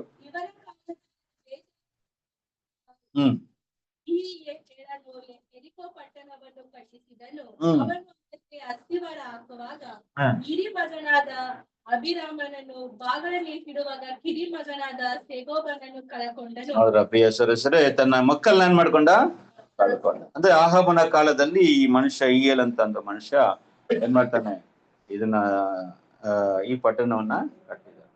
ಅಂದ್ರೆ ಚರಿತ್ರೆ ಏನ್ ಹೇಳ್ತದೆ ಅಂದ್ರೆ, ಅವನು ಇಬ್ರು ಮಕ್ಕಳನ್ನ ಮಾತ್ರ ಅಲ್ಲ, ತನ್ನ ಎಲ್ಲಾ ಮಕ್ಕಳನ್ನ ಏನ್ ಮಾಡಿದ್ದಾನೆ, ಕಲ್ಕೊಂಡಿದ್ದಾನೆ ಎಂಬುದಾಗಿ ಕೂಡ ಪಾರಂಪರ್ಯಗಳು ಹೇಳಲ್ಪಟ್ಟಿದೆ. ಸೊ ಇದು ಒಂದು ಇಲ್ಲಿ ನಾವು ನೋಡುವಂತ ಒಂದು ವಿಷಯ. ಎಚ್ಚರಿಕೆವಾದಂತ 2 ಎಚ್ಚರಿಕೆ ಕೊಟ್ಟರು. ಒಂದು, ಶಾಪಕರವಾದಂತ ಯಾವುದು ಕೂಡ ತಗೋಬಾರದು, ಮತ್ತು ಈ ಪಟ್ಟಣವನ್ನ ಪುನಃ ಕಟ್ಟಬಾರದು ಎಂಬುದಾಗಿ 2 ವಾರ್ನಿಂಗ್ಸ್ ಕೂಡ ಅಲ್ಲಿ ಕೊಟ್ಟರು. ಸರಿ ಪ್ರಿಯರೇ, ನೆಕ್ಸ್ಟ್ ನಾವು ನೋಡೋದಾದ್ರೆ ಈಗ ಈ ಒಂದು ಪಟ್ಟಣವನ್ನ ಹೆಂಗ್ ಬೀಳಿಸ್ತಾರಲ್ಲ, ಯಾವ ರೀತಿ ಇದು ಬೀಳಿಸಿದ್ರು ಅಂತ ನಾವು ನೋಡೋದಾದ್ರೆ ವಾಕ್ಯ ಹೋದ್ರಿ 20ನೇ ವಾಕ್ಯವನ್ನ ಓದೋಣ. ಕೊಂಬುಗಳ ಧ್ವನಿಯು ಉಂಟಾದವು. ಜನರು ಕೊಂಬಿನ ಧ್ವನಿಯನ್ನು ಕೇಳಿ ಮಹತ್ತರವಾದ ಆರ್ಭಟಿಸಲು ಪಟ್ಟಣದ ಗೋಡೆಯು ತಾನೇ ಬಿದ್ದು ಹೋಯಿತು. ನೋಡ್ದ ಪ್ರಿಯ ಸರಸರ, ಏನಾಯ್ತು? ಎಲ್ಲರೂ ಕೂಡ ಅದೇ 7th ರೌಂಡ್ ಪ್ರಿಯ ಸರಸರ, 7th ರೌಂಡ್ ಅಲ್ಲಿ ಏನ್ ಮಾಡಿದ್ದಾರೆ? ಎಲ್ಲರೂ ಸೇರಿ ಒಂದೇ ಸಮಯದಲ್ಲಿ ಏನ್ ಮಾಡಿದ್ದಾರೆ? ಆರ್ಭಟಿಸಿದ್ದಾರೆ. ಪ್ರಿಯ ಸರ, ಆರ್ಭಟದಿಂದ ಏನಾಯ್ತಂತೆ? ಈ ಗೋಡೆ ಬಂದು ತಾನೇ ಬಿದ್ದಿತ್ತು. ಸೊ ಅದರಿಂದ 2 ವಿಧವಾದ ಒಂದು ಸಜೆಷನ್ಗಳು ಇಲ್ಲಿ ಹೇಳಲ್ಪಟ್ಟಿದೆ. ಒಂದು ಬಂದು ಇದು ಹೆಂಗೆ ಬಿದ್ದಿತ್ತು, ಇಷ್ಟು ಸ್ಟ್ರಾಂಗೆಸ್ಟ್ ಫೋರ್ಟ್ ಹೇಗೆ ಬಿತ್ತು ಅಂತ ಒಂದು ವಿಷಯ ನೋಡೋದಾದ್ರೆ, ಒಂದು ವೈಬ್ರೇಷನ್ ಅಲ್ವಾ. ಒಂದು ಅವ್ರು 6 ದಿನ ಏನ್ ಮಾಡಿದ್ದಾರೆ? 7 ದಿನ ಅದನ್ನ ಮಾರ್ಚ್ ಪಾಸ್ ಮಾಡಿದ್ದಾರೆ. ಅಂದ್ರೆ ನೆಲನ 6 ಲಕ್ಷ ಜನರು, ಅಲ್ಲಂದ್ರೆ ಒಂದು 40ನೇ ಇಟ್ಕೊಂಡ್ರು ಕೂಡ 40,000 ಮಂದಿ ನೆಲಕ್ಕೆ ಹೊಡೆದ್ರೆ ಅದೇನಾಗುತ್ತೆ? ದೊಡ್ಡ ವೈಬ್ರೇಷನ್ ಅಲ್ಲಿ ಆಗುತ್ತೆ, ಲೂಸ್ ಆಗುತ್ತೆ. ಆ ಒಂದು ಗೋಡೆಗಳೇನಾಗ್ಬೋದು? ಲೂಸ್ ಆಗುತ್ತೆ. ಒಂದು ನೆಕ್ಸ್ಟ್ ಅದೇ ಸಮಯದಲ್ಲಿ ಸೌಂಡ್ ವೈಬ್ರೇಷನ್, ಏನಂದ್ರೆ ಎಲ್ಲಾರು ಸೇರಿ ಒಂದೇ ಸಾರಿ ಆರ್ಭಟ ಮಾಡಿದ್ರೆ ಹೆಂಗಿತ್ತಂತ ನೋಡಿದ್ರೆ, ಅದೇ ಸಮಯದಲ್ಲಿ ದೇವರು ಕೂಡ ಏನ್ ಮಾಡಿದ್ದಾರೆ? ಒಂದು ಅದ್ಭುತವನ್ನ ಮಾಡಿದ್ದಾರೆ. ಏನ್ ಮಾಡಿದ್ದಾರೆ ಅಂದ್ರೆ, ಅಲ್ಲಿ ಭೂಕಂಪವನ್ನ ಅಲ್ಲಿ ಬರ ಮಾಡಿದ್ದಾರೆ. ಅರ್ಥಕ್ವಿಕ್ ಅದೇ ಸಮಯದಲ್ಲಿ ಅರ್ಥಕ್ವಿಕ್ ಕೂಡ ಅಲ್ಲಿ ಆಗಿದ್ದೆ. ಅದರಿಂದನೇ ಈ ಬಲವಾದ ಕೋಟೆ ಏನಾಗಿತ್ತು? ತಾನೇ ಬಿದ್ದಿತ್ತು ಎಂಬುದಾಗಿ ಅನೇಕರ ಒಂದು ರಿಸರ್ಚ್ ಅಲ್ಲಿ ನಾವು ನೋಡ್ತೀವಿ. ಪ್ರೀತಿಯ ಸರಸರೇ, ಖಂಡಿತ ದೇವರು ಇದನ್ನ ಮಾಡಿದ್ದಾರೆ. ಯಾಕೆಂದ್ರೆ ದೇವರು ಎಲ್ಲಾ ಕಡೆ, ನಾವು ಹಲವಾರು ಕಡೆ ನೋಡೋದಾದ್ರೆ, ದೇವರು ಈ ಪ್ರಕೃತಿನ ತನಕ್ಕೆ ಒಂದು ಆಯುಧವಾಗಿ ಏನ್ ಮಾಡಿದ್ದಾರೆ? ಯೂಸ್ ಮಾಡಿದ್ದಾರೆ. ನೇಚರ್ನ ನಾವು ನೋಡಿದ್ವಿ. ಏನಾದ್ರು ಘಟನೆಗಳಿದ್ರೆ ಹೇಳಿ ನೀವು. ದೇವರು ನೇಚರ್ನ ತನಗೆ ಒಂದು ಆಯುಧವಾಗಿ ತನ್ನ ವೈರಿಗಳನ್ನ ಅಳಿಸೋದಕ್ಕೆ ದೇವರು ಉಪಯೋಗಿಸಿದ್ದಾರೆ ಎಂಬುದಾಗಿ ನೋವನ ಕಾಲದಲ್ಲಿ ಜಲಪ್ರಳಯ, ವೆರಿ ಗುಡ್ ಅಲ್ವಾ? ಲೋಟನ ದಿನದಲ್ಲಿ ಏನ್ ಮಾಡಿದ್ದಾರೆ? ಅಲ್ಲಿ ಅದು ಬೆಂಕಿ ಬಂತಂತ ನೋಡಿ, ಅದು ಕೂಡ ವ್ಯಾಲ್ಕೋನೋ ಇಂದನ ಬಂದಿರ್ಬೇಕೆಂಬುದಾಗಿ ಕೂಡ ಕೆಲವರ ಒಂದು ಯೋಚನೆ. ಸರಿ, ವೆರಿ ಗುಡ್. ಇನ್ನು ಕೆಲವು ವಿಷಯಗಳು ಹೇಳಿ. ಐಗುಪ್ತ ದೇಶದಲ್ಲಿ ದೇವರು ಏನ್ ಮಾಡಿದ್ರು? ಮಿಡತೆ, ಕಪ್ಪೆ ಅಲ್ವಾ, ಹಲವಾರು ಅಲ್ಲಿ ಬಾಧೆಗಳನ್ನ ತಂದ್ರು ಅಂತ ಅಲ್ಲಿ. ಅದು ಕೂಡ ಎಲ್ಲ ನೇಚರ್ನ ಏನ್ ಮಾಡಿದ್ದಾರೆ? ಉಪಯೋಗಿಸಿದ್ದಾರೆ ಅಲ್ಲ. ಎಷ್ಟು ಟಾರ್ಚರ್ ಅಲ್ಲಿ ಕೊಟ್ಟಿದ್ದಾರಲ್ಲ ಸ್ವಾಮಿ. ಏನಾಗ್ಬಿಟ್ಟ? ಫಾರೋನ್ ಫಸ್ಟ್ ನಾನು ದೇಶ ಬಿಟ್ಟು ನೀವೇನ್ ಮಾಡಿ ಓಡೋಗಿ ಅಂತ ಯಾವ ರೀತಿಯಾಗಿ ಅವನಿಗೆ ದೇವರು ಅಲ್ಲಿ ಟಾರ್ಚರ್ ಕೊಟ್ಟು. ಸೊ ಇದೇ ಯೋಶದಲ್ಲಿ ಕೂಡ ಇನ್ನೊಂದು ಘಟನೆ ಇದೆ. ದೇವ್ರ ನೇಚರ್ನೇ ಏನ್ ಮಾಡಿದ್ದಾರೆ? ತನಗಾಗಿ, ತನಗೆ ಸಾರ್ಥಕವಾಗಿ ಯೂಸ್ ಮಾಡಿ. Very good. ನೆಕ್ಸ್ಟ್ ವಾರ್ ಇದು ಮುಗಿಸ್ಮೇಲೆ ಯೋಚನೆ ಮಾಡುವಂತ ಇನ್ನೊಂದು ಯುದ್ಧ ಯಾವ್ದಂದ್ರೆ ಆಯಿ ಮೇಲೆ ಯುದ್ಧ ಮಾಡಿ. ಆಯಿ ಮೇಲೆ ಯುದ್ಧ ಮಾಡಾಗ ಪ್ರಿಯ ಸರಸರೇ, ಸೂರ್ಯ ಚಂದ್ರನ ಏನ್ ಮಾಡಿದ್ದಾರೆ? ಹಂಗೆ ನಿಲ್ಸಿದ್ದಾರೆ. ಹೆಂಗೆ ನಿಲಿತು ಅಂತ ಕೆಲವರು ಅದನ್ನ ಹೇಳೋದಾದ್ರೆ, ಅದು ಬ್ರದರ್ ರಸಲ್ ಅವರು ಕೂಡ ಹೇಳ್ಬೇಕಾದ್ರೆ, ಅದು ಜೋಶ್ವಾಸ್ ಲಾಂಗ್ ಡೇ ಅಂತ ಅದನ್ನ ಅಲ್ಲಿ ಹೇಳ್ತಾರೆ. ಅಂದ್ರೆ ಆ ದಿನದಲ್ಲಿ ಮಾತ್ರ ಏನಾಗಿದೆ? ದಿನ ಬಂದು ತುಂಬಾ ಜಾಸ್ತಿ ಆಗಿದೆ. ದೇವ್ರು ಏನು ಅದನ್ನ ಚೇಂಜ್ ಮಾಡಿಲ್ಲ. ಅಂದ್ರೆ ಒಂದ್ ದಿನಕ್ಕೆ ಎಷ್ಟು ಸಮಯ? 24 hours. ಆದ್ರೆ ಈ 24 hours ಅಲ್ಲಿ ನಾವು ನೋಡೋದಾದ್ರೆ ಡೇ ನೈಟ್ ಈಕ್ವಲ್ ಆಗಿರ್ತದ ಅಂತ ನೋಡೋದಾದ್ರೆ ಇರಲ್ಲ ಅಲ್ವಾ. ಬಿಸಿಲು ಕಾಲಗಳಲ್ಲಿ ಡೇ ಏನಾಗುತ್ತೆ? ಜಾಸ್ತಿ ಇರುತ್ತೆ ಅಲ್ವಾ. 6-7 ಗಂಟೆ ಆದ್ರೂ ಕೂಡ ಬೆಳಕಿರ್ತದೆ. ಚಳಿಗಾಲದಲ್ಲಿ ನೈಟ್ ಜಾಸ್ತಿ ಇರ್ತದೆ, ಬೇಗ ಏನಾಗುತ್ತೆ? ಸೂರ್ಯ ಮುಳುಗುತ್ತೆ. ಯಾಕೆಂದ್ರೆ ನಮ್ಮ ಒಂದು ಭೂಮಿಯ ಒಂದು ಸುತ್ತುತ್ತಲ್ಲ, ಭೂಮಿ ಸುತ್ತುವಂತ ಡೈರೆಕ್ಷನ್ಸ್, ಸೂರ್ಯನ ಬೆಳಕು ಭೂಮಿ ಮೇಲೆ ಬೀಳುವಂತ ಒಂದು ಪೊಸಿಷನ್ ಆ ರೀತಿಯಾಗಿದೆ. ಆದ್ರೆ ಕೆಲವು ಕಾಲದಲ್ಲಿ ಮಾತ್ರ ಈಕ್ವಲ್ ಡೇ ಈಕ್ವಲ್ ನೈಟ್ ಬರುತ್ತೆ. ಅದು ನಮ್ಗೆ ತುಂಬಾ ಮುಖ್ಯವಾದ ಒಂದು ನೋಟಿಫಿಕೇಶನ್ ಆಗಿದೆ ಅದು ಯಾವ ಕಾಲದಲ್ಲಿ ಅಂದ್ರೆ ಈ ಪಸ್ಕದ ಒಂದು ಕಾಲ ಅಲ್ವಾ. ಆಟಮ್ ಅಂತಾರಲ್ಲ, ಆಟಮ್ ಅಂದ್ರೆ ಈಕ್ವ ಈಕ್ವ ಎಕಿನಾಕ್ಸ್ ಅಂತಾರೆ. ಸಾರಿ, ಎಕಿನಾಕ್ಸ್ ಅಲ್ಲ, ಈಕ್ವೇಟರ್ ಅಂದ್ರೆ ಬರೀ ಎಕಿನಾಕ್ಸ್ ಅಂದ್ರೆ ಭೂಮಿಯ ಸೂರ್ಯನ ಬೆಳಕು ಬಂದು ಸರಿಯಾಗಿ ಏನಾಗುತ್ತೆ, ಭೂಮಿಯ ಮಧ್ಯದಲ್ಲಿ ಏನಾಗುತ್ತೆ, ಬೆಳಕು. ಆವಾಗ 12 ಗಂಟೆ ಬೆಳಗ್ಗೆ ಬೆಳಕು, 12 ಗಂಟೆ ಕತ್ತಲೆ ಇರ್ತದೆ. ಬೇರೆ ಕಾಲದಲ್ಲೆಲ್ಲ ಚೇಂಜ್. ಅದನ್ನೇ ನಾವು ಪಾಯಿಂಟ್ ಆಗಿ ಇಟ್ಕೊಂಡು ನಮ್ಮ ಏನ್ ಮಾಡ್ತೀವಿ, ನಮ್ಮ ಪಸ್ಕದ ದಿನವನ್ನ ನಾವು ಅದನ್ನ ಫಿಕ್ಸ್ ಮಾಡ್ತೀವಿ. ಸೊ ಅಲ್ಲಿ ಅವತ್ತು ದಿನದಲ್ಲಿ ಕೂಡ ದೇವ್ರು ಏನ್ ಮಾಡಿದ್ದಾರೆ ಅಂದ್ರೆ 24 hours ಏನ್ ಮಾಡಿಲ್ಲ, ಅವ್ರು ಚೇಂಜ್ ಮಾಡಿಲ್ಲ. ದಿನವನ್ನ ಏನ್ ಮಾಡಿದ್ದಾರೆ, ಎಕ್ಸ್ಟೆಂಡ್ ಮಾಡಿದ್ದಾರೆ ಅಷ್ಟೇ ಹೊತ್ತು ಬೇರೆ ಏನು ಕಾರ್ಯಗಳು ಅಲ್ಲಿ ನಡೆದಿಲ್ಲ ಅಂತ ಕೂಡ ನಾನು. ಸರಿ, ನಮ್ಮ ಪಾಠಕ್ಕೆ ಏನ್ ಮಾಡೋಣ, ಈಗ ಬರೋಣ. ಇದೇ ಘಟನೆಗಳು ಅಂದ್ರೆ ಎರಿಕೋ ಕೋಟೆನ ಯಾವ ರೀತಿಯಾಗಿ ಬಿಡಿಸಿದ್ರು, ಯಾರು ಅದಕ್ಕೆ ಅದರ ಒಂದು ಕ್ಯಾಪ್ಟನ್ ಆಗಿ ಇದ್ದಿದೆ ಅಂತ ನೋಡೋದಾದ್ರೆ ಯೋಶುವನ ಒಂದು ಲೀಡರ್ಶಿಪ್ ಇಂದ ಇದಾದಂತ ಒಂದು. ಸರಿ, ಈಗ ಅದ್ರ ಆತ್ಮಿಕ ಅರ್ಥಕ್ಕೆ ಏನ್ ಮಾಡೋಣ, ಇದ್ರ ಆತ್ಮಿಕದ ಒಂದು ದೇವರ ಯೋಜನೆಗಳಿದ್ರೆ ಏನ್ ಅಡಗಿದೆ ಎಂಬುದಾಗಿ ನಾವು ನೋಡೋಣ ಬನ್ರಿ. ನೀವೇ ಅದಕ್ಕೆ ಉತ್ತರ ಕೊಡ್ಬೇಕು ಅಲ್ವಾ.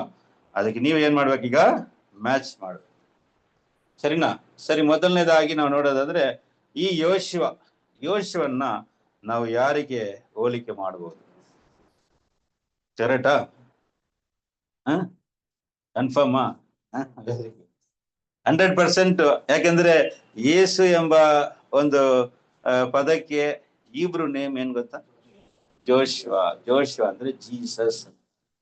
ಹೊಸ ಒಡன்பಡಿಕೆ ಜೀಸಸ್, ಹಳೆ ಒಡன்பಡಿಕೆ ಜೋಶುವ ಅಂತ ನೋಡ್ತೀವಿ. ಸರಿನಾ? ಜೋಶುವ ಎಂಬ ಪದದ ಅರ್ಥವು ಏನಂತ ನೋಡ್ಬೇಕಾದ್ರೆ ಜೆಹೋವಾ ಇಸ್ ಸಾಲ್ವೇಷನ್. ಅದರಿಂದ ನಾವು ಏನ್ ಮಾಡ್ಬೋದು, ಜೋಶುವನ ಯಾರಿಗೆ ಹೋಲಿಕೆ ಮಾಡ್ಬೋದು? ನಮ್ಮ ಕರ್ತನಾದ ಯೇಸು ಕ್ರಿಸ್ತನ. ಸೊ ಯೇಸು ಕ್ರಿಸ್ತನ ಕೂಡ ಬೈಬಲ್ ಏನ್ ಹೇಳ್ತದೆ ಅಂದ್ರೆ is the captain of salvation, ಅಂದ್ರೆ ರಕ್ಷಣೆಯ ಒಂದು ಅಧಿಪತಿ ಎಂಬ ಒಂದು ಹೆಸರು ಯಾರಿಗೆ ಕೊಡಲ್ಪಟ್ಟಿದೆ ಅಂದ್ರೆ ಯೇಸು ಕ್ರಿಸ್ತನಿಗೆ ಕೊಡಲ್ಪಟ್ಟಿದೆ. ಈ 1ನೇ ಅಧ್ಯಾಯದಲ್ಲಿ ಅದನ್ನ ನಾವು ಓದೋಣ. ಯೇಸು ಕ್ರಿಸ್ತನು ಯಾರಾಗಿದ್ದಾರೆ ಅಂದ್ರೆ ಈ was the captain of salvation ಎಂಬ ಒಂದು ವಾಕ್ಯವು ನಮ್ಮ ಕರ್ತನಾದ ಯೇಸು ಕ್ರಿಸ್ತನ. ಕನ್ನಡದಲ್ಲಿ ಹೆಂಗ್ ಬರುತ್ತೆ ಅಂತ ಓದೋಣ ಬನ್ರಿ. 10ನೇ ಅಧ್ಯಾಯ 2ನೇ ಎಬ್ರೆಯ 2:10 ಓದೋಣ. ಆತನು ಬಹು ಮಂದಿ ಪುತ್ರರನ್ನು ಪ್ರಭಾವಕ್ಕೆ ಸೇರಿಸುವಲ್ಲಿ ಅವರ ರಕ್ಷಣಾ ಕರ್ತನನ್ನು ಬಾಧೆಗಳ ಮೂಲಕ ಸಿದ್ಧಿಗೆ ತರುವುದು. ನೋಡಿದ ಪ್ರಿಯ ಸದಸ್ಯರೇ, ರಕ್ಷಣಾ ಕರ್ತನಂತ ಕನ್ನಡದಲ್ಲಿ ಹೇಳ್ಪಟ್ಟಿದೆ. ಇಂಗ್ಲಿಷ್ ಅಲ್ಲಿ ನೋಡೋದಾದ್ರೆ ಆಥರ್ ಆಫ್ ದಿ ಸಾಲ್ವೇಷನ್. ಸರಿ, ಹಿಂಗೆ ಕನ್ನಡ ನಮ್ ತಮಿಳ್ ನೋಡೋದಾದ್ರೆ ರಕ್ಷಿಪಿನ್ ಅಧಿಪತಿ. ಕೆಲವು ಟ್ರಾನ್ಸ್ಲೇಷನ್ಸ್ ಅಲ್ಲಿ ಕ್ಯಾಪ್ಟನ್ ಆಫ್ ಸಾಲ್ವೇಷನ್ ಅಂತ ಬರುತ್ತೆ. ಸರಿನಾ? ಸರಿ ಪ್ರಿಯ ಸದಸ್ಯರೇ, ಈ ನಮ್ಮ ಕ್ಯಾಪ್ಟನ್ ಯಾರು ಅಂತ ನೋಡ್ಬೇಕಾದ್ರೆ ನಮ್ಮ ಕರ್ತನಾದ ಯೇಸು ಕ್ರಿಸ್ತನು. ಸರಿ, ಈ 7 ದಿವಸ ನಡೆದಂತ ಆ ಒಂದು ಎರಿಕೋ ಒಂದು ಕೋಟೆ ಪಟ್ಟಣವು ಬೀಳ್ಸಲ್ಪಟ್ಟಿದ್ದು ಎಷ್ಟು ದಿನದಲ್ಲಿ? 7 days ಅಲ್ವಾ? 7 days ಅಲ್ಲಿ. ಈ 7 days ನಾವು ಯಾವಕ್ಕೆ ಹೋಲಿಕೆ ಮಾಡಬಹುದು ಅಂತ ನೋಡ್ಬೇಕಾದ್ರೆ ಈ ಒಂದು ಗಾಸ್ಪಲ್ ಏಜ್. ನಾವು ಇರುವಂತ ಕಾಲ ಯಾವ ಕಾಲ? ಗಾಸ್ಪಲ್ ಏಜ್ ಅಲ್ಲಿ. ದೇವರ ಯೋಜನೆಯಲ್ಲಿ ಒಂದೊಂದು ಕಾಲ ಇದೆಯಲ್ಲ, ದೇವರ ಯೋಜನೆ ಏನೇನು ಕಾಲ ಇದೆ? ಇವೆಂಟ್ ಪ್ಲಾನ್ ಚಾರ್ಟ್ ಅಲ್ಲಿ ನೋಡ್ತೀವಲ್ಲ, ಏನೇನು ಕಾಲ ಇದೆ, ಏನೇನು ಕಾಲಗಳಿದೆ? ಪ್ರಾಕ್ಟಿಕಲ್ age, Jewish age, gospel age. ಇದು ದೇವರ ಒಂದು ಯೋಜನೆ ಅಲ್ಲ ಪ್ರಿಯ ಸದಸ್ಯರೇ? ಗೊತ್ತಲ್ಲ ಪ್ರಾಕ್ಟಿಕಲ್ ಏಜ್ ಅಂದ್ರೆ ಏನ್ ಕಾಲ ಇದು? ಇದು ದೇವರು ಪಿತೃಗಳ ಹತ್ರ ಇಟ್ಕೊಂಡಿದ್ದಂತ ಒಂದು ರಿಲೇಶನ್ಶಿಪ್ ಮತ್ತು ಯಹೂದ್ಯರ ಹತ್ರ, ಈಗ ಕ್ರೈಸ್ತರ. ಈ ಕಾಲ ಇದೆಲ್ಲ ಈ ಗಾಸ್ಪಲ್ ಏಜ್ನೇ ನಾವು 7 ದಿನಕ್ಕೆ ನಾವು ಏನ್ ಮಾಡ್ತೀವಿ, ಹೋಲಿಕೆ ಮಾಡಿ. ಯಾಕೆ ಅಂದ್ರೆ ಹೆಂಗೆ ಅಂತ ನೋಡ್ಬೇಕಾದ್ರೆ ಈ ಗಾಸ್ಪಲ್ ಏಜ್ ನ ಬೈಬಲ್ ಅಲ್ಲಿ ಎಷ್ಟು ಭಾಗವಾಗಿ ಮಾಡಲ್ಪಟ್ಟಿದೆ? ಈ ಗಾಸ್ಪಲ್ ಏಜ್ ಒಂದು ಮುಖ್ಯತ್ವವು ಏನ್ ನಡೀತಾ ಇದೆ ಗಾಸ್ಪಲ್ ಏಜ್ ಅಲ್ಲಿ? Selection of the church. ಅಂದ್ರೆ 144,000 ಚರ್ಚ್ ಕ್ಲಾಸ್ ನ ದೇವ್ರು ಏನ್ ಮಾಡ್ತಾ ಇದ್ರೆ ಆಯ್ಕೆ ಮಾಡಿಕೊಳ್ಳುವಂತ ಒಂದು ಕಾಲ. ಆ ಕಾಲನ ಏನ್ ಮಾಡ್ತೀವಿ? ಈ ಸ್ವಾರ್ಥಗಳನ್ನ ನಾವು ಎಷ್ಟು ಭಾಗ ಮಾಡ್ತಾ ಇದ್ದ ಬೈಬಲ್? 7 ಸಭೆಯ ಒಂದು ಕಾಲ. ಚರ್ಚಲ್ಲಿ ಎಷ್ಟು ಸಭೆಗಳಿದೆ? 7 ಸಭೆಗಳಿದೆ. ನಾವು ಯಾವ ಸಭೆ ಕಾಲದಲ್ಲಿದ್ದೀವಿ? ಲವೇದಿಕೆಯ ಸಭೆ, 7ನೇ ಸಭೆಯ ಕಾಲದಲ್ಲಿ. ಅದು ನಮ್ಮ ಕಂಡೀಷನ್ ಏನ್ ಹೇಳ್ತದೆ ಬೈಬಲ್? ಹಂಗೆ ಅಲ್ಲ, ತುಂಬಾ ಅಲ್ಲಿ ಹೇಳ್ತದೆ. ಅಂದ್ರೆ ತಮಿಳಲ್ಲಿ ನೋಡ್ಬೇಕು, ரொம்ப பரிதாபமான நிலை. ಒಂದು ಬೆಚ್ಚಿಗಿರ್ಬೋದು, ಇಲ್ಲಾಂದ್ರೆ ತಣ್ಣಗಿರ್ಬೋದು. ಎರಡು ಇಲ್ಲದ ಒಂದು ನೆಲೆಮೆಯಲ್ಲಿ ಇರೋದಂತ ತುಂಬಾ ಕಷ್ಟ. ಅದನ್ನ ಅಲ್ಲಿ ಹೇಳ್ತಾರೆ ಸ್ವಾಮಿ. ಸರಿ, 7ನೇ ಸಭೆಯ ಕಾಲದಲ್ಲಿ ನಾವಿದ್ದೀವಿ. ಸರಿ, 7 ಸಭೆಯ ಒಂದು ಹೆಸರುಗಳು ಹೇಳ್ತೀರಾ?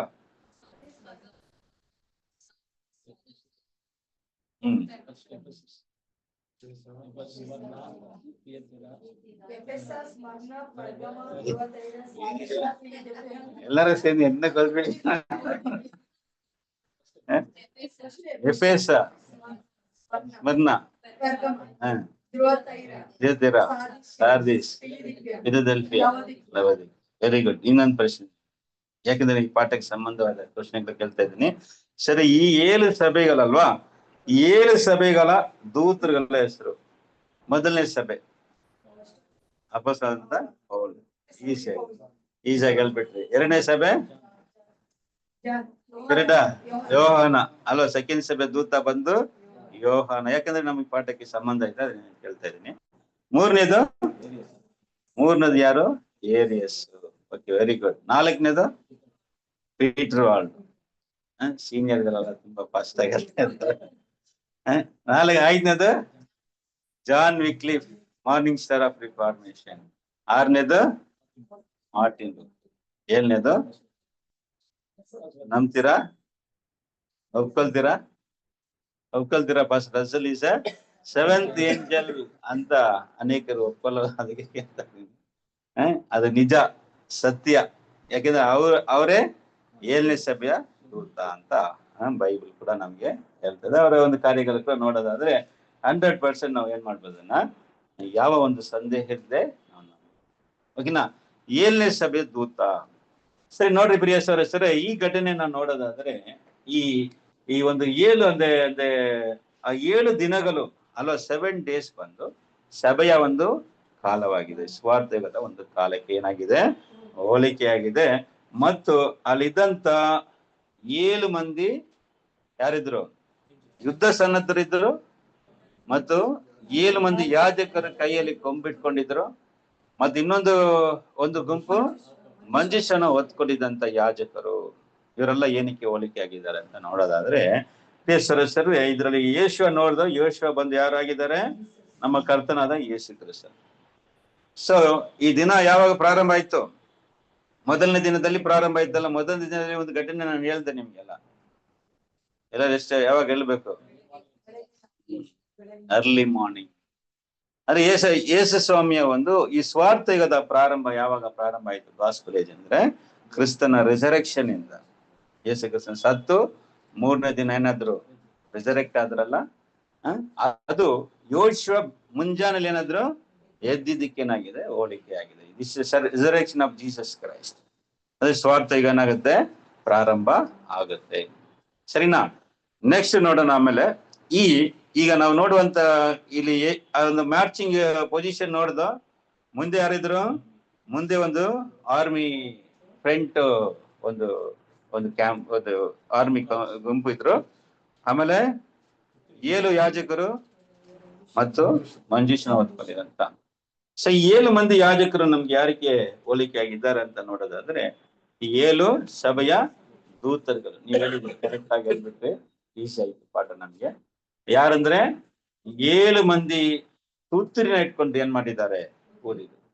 ತುತ್ತೂರಿ ಅಂತ ಬೈಬಲ್ ನಮ್ಗೆ ಏನಕ್ಕೆ ಹೋಲಿಕೆ ಆಗಿದೆ? ಸತ್ಯ ಅಲ್ವಾ? ಅವ್ರವ್ರ ಕಾಲದಲ್ಲಿ ಏನ್ ಮಾಡ್ರು?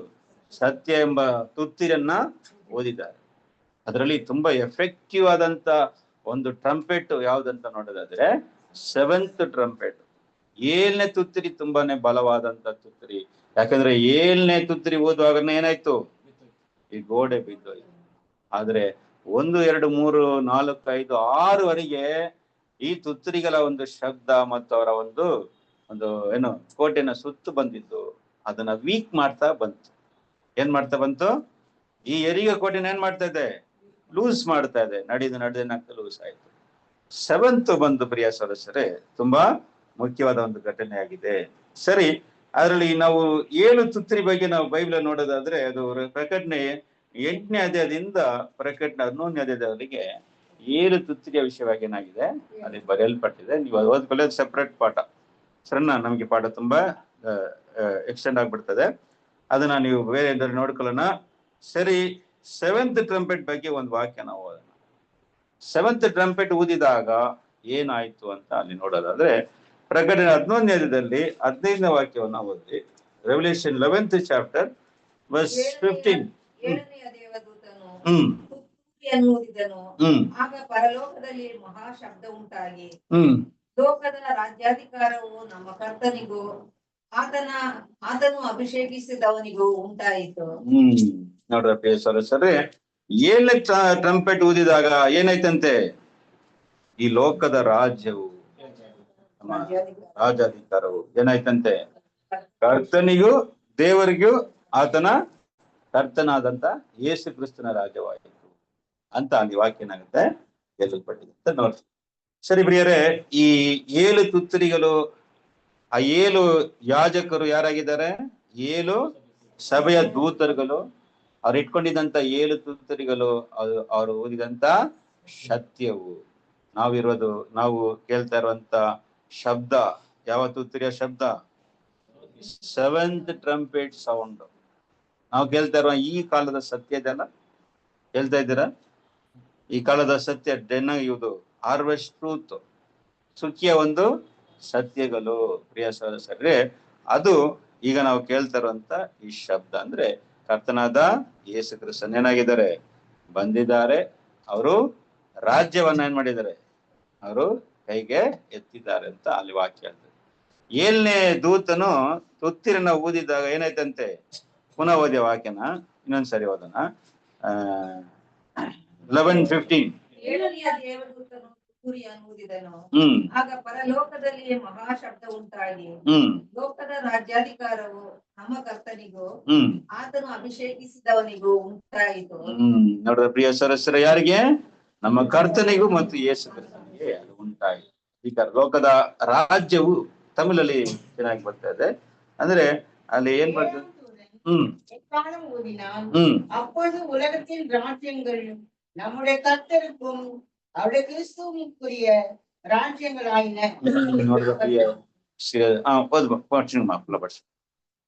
கம்ப்ளீட் பண்ணிடுங்க அந்த வசனத்தை.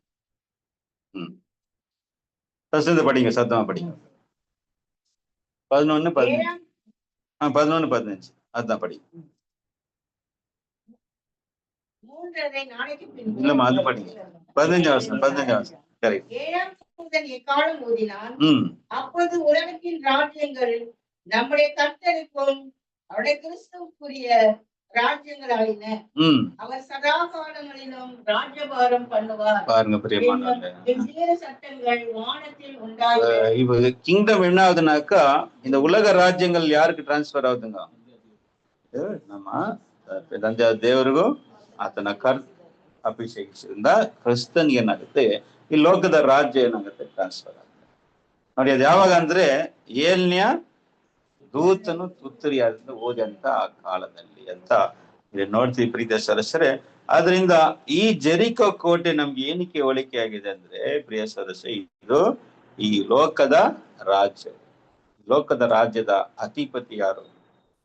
ಸೈತಾನ. ಬೈಬಲ್ ನೋಡ್ತೀವಲ್ಲ, ಸ್ವಾಮಿ ಹೇಳ್ತಾರಲ್ಲ, ಈ ಲೋಕದ ಅಧಿಪತಿ ಬಂದಿದ್ದಾನೆ ಅಂತ. Prince of this world. ಪ್ರಿಯ ಸದಸ್ಯರೇ, ಈ ಲೋಕವನ್ನ 6000 ವರ್ಷದಿಂದ ತುಂಬಾ ಬಲವಾದ ಕೋಟೆನ ಕಟ್ಟಿ ಯಾರು ಕೂಡ ಅದನ್ನ ಏನ್ ಮಾಡ್ಬಾರ್ದು, ತನ್ನ ರಾಜ್ಯವನ್ನ ಕಾಪಾಡ್ಕೊಂಡು ಬಂದಲ್ಲ ಯಾರು? ಸೈತಾನನು ಅಲ್ವಾ? ಸುಳ್ಳು, ಆಮೇಲೆ ಮೂಢನಂಬಿಕೆಗಳು, ಈ ರೀತಿಯಾದಂತ ಹಲವಾರು ವಿಧವಾದಂತ ತನ್ನ ರಾಜ್ಯವನ್ನ ಈ ರೀತಿಯಾಗಿ ಏನ್ ಮಾಡಿದ? ಬಲವಾಗಿ ಕಟ್ಟಿದ. ಲೋಕ ಯಾವ್ದ್ರಿಂದ ಯಾವ್ದಾದ್ರು ನಿಂತಿದೆ? ಸುಳ್ಳು ಅಲ್ವಾ? ಡಾಕ್ಟ್ರಿನ್ಸ್ ಎಲ್ಲ ಕೂಡ ಎರರ್ ಅಲ್ವಾ ಪ್ರೀತಿ? ಅನೀತಿ, ಅನ್ಯಾಯ, ಈ ರೀತಿಯಾದಂತ ತನ್ನ ರಾಜ್ಯವನ್ನ ಕಟ್ಟಿ ಕಾಪಾಡ್ಕೊಂಡು ಬಂದ. ಆದ್ರೆ ಇದು ಬೇಗನೆ ಏನಾಗುತ್ತೆ? ಯೋಶುವನ ಒಂದು ಲೀಡರ್ಶಿಪ್ ಇಂದ ಇದೇನಾಗುತ್ತೆ? ಬೀಳುತ್ತೆ.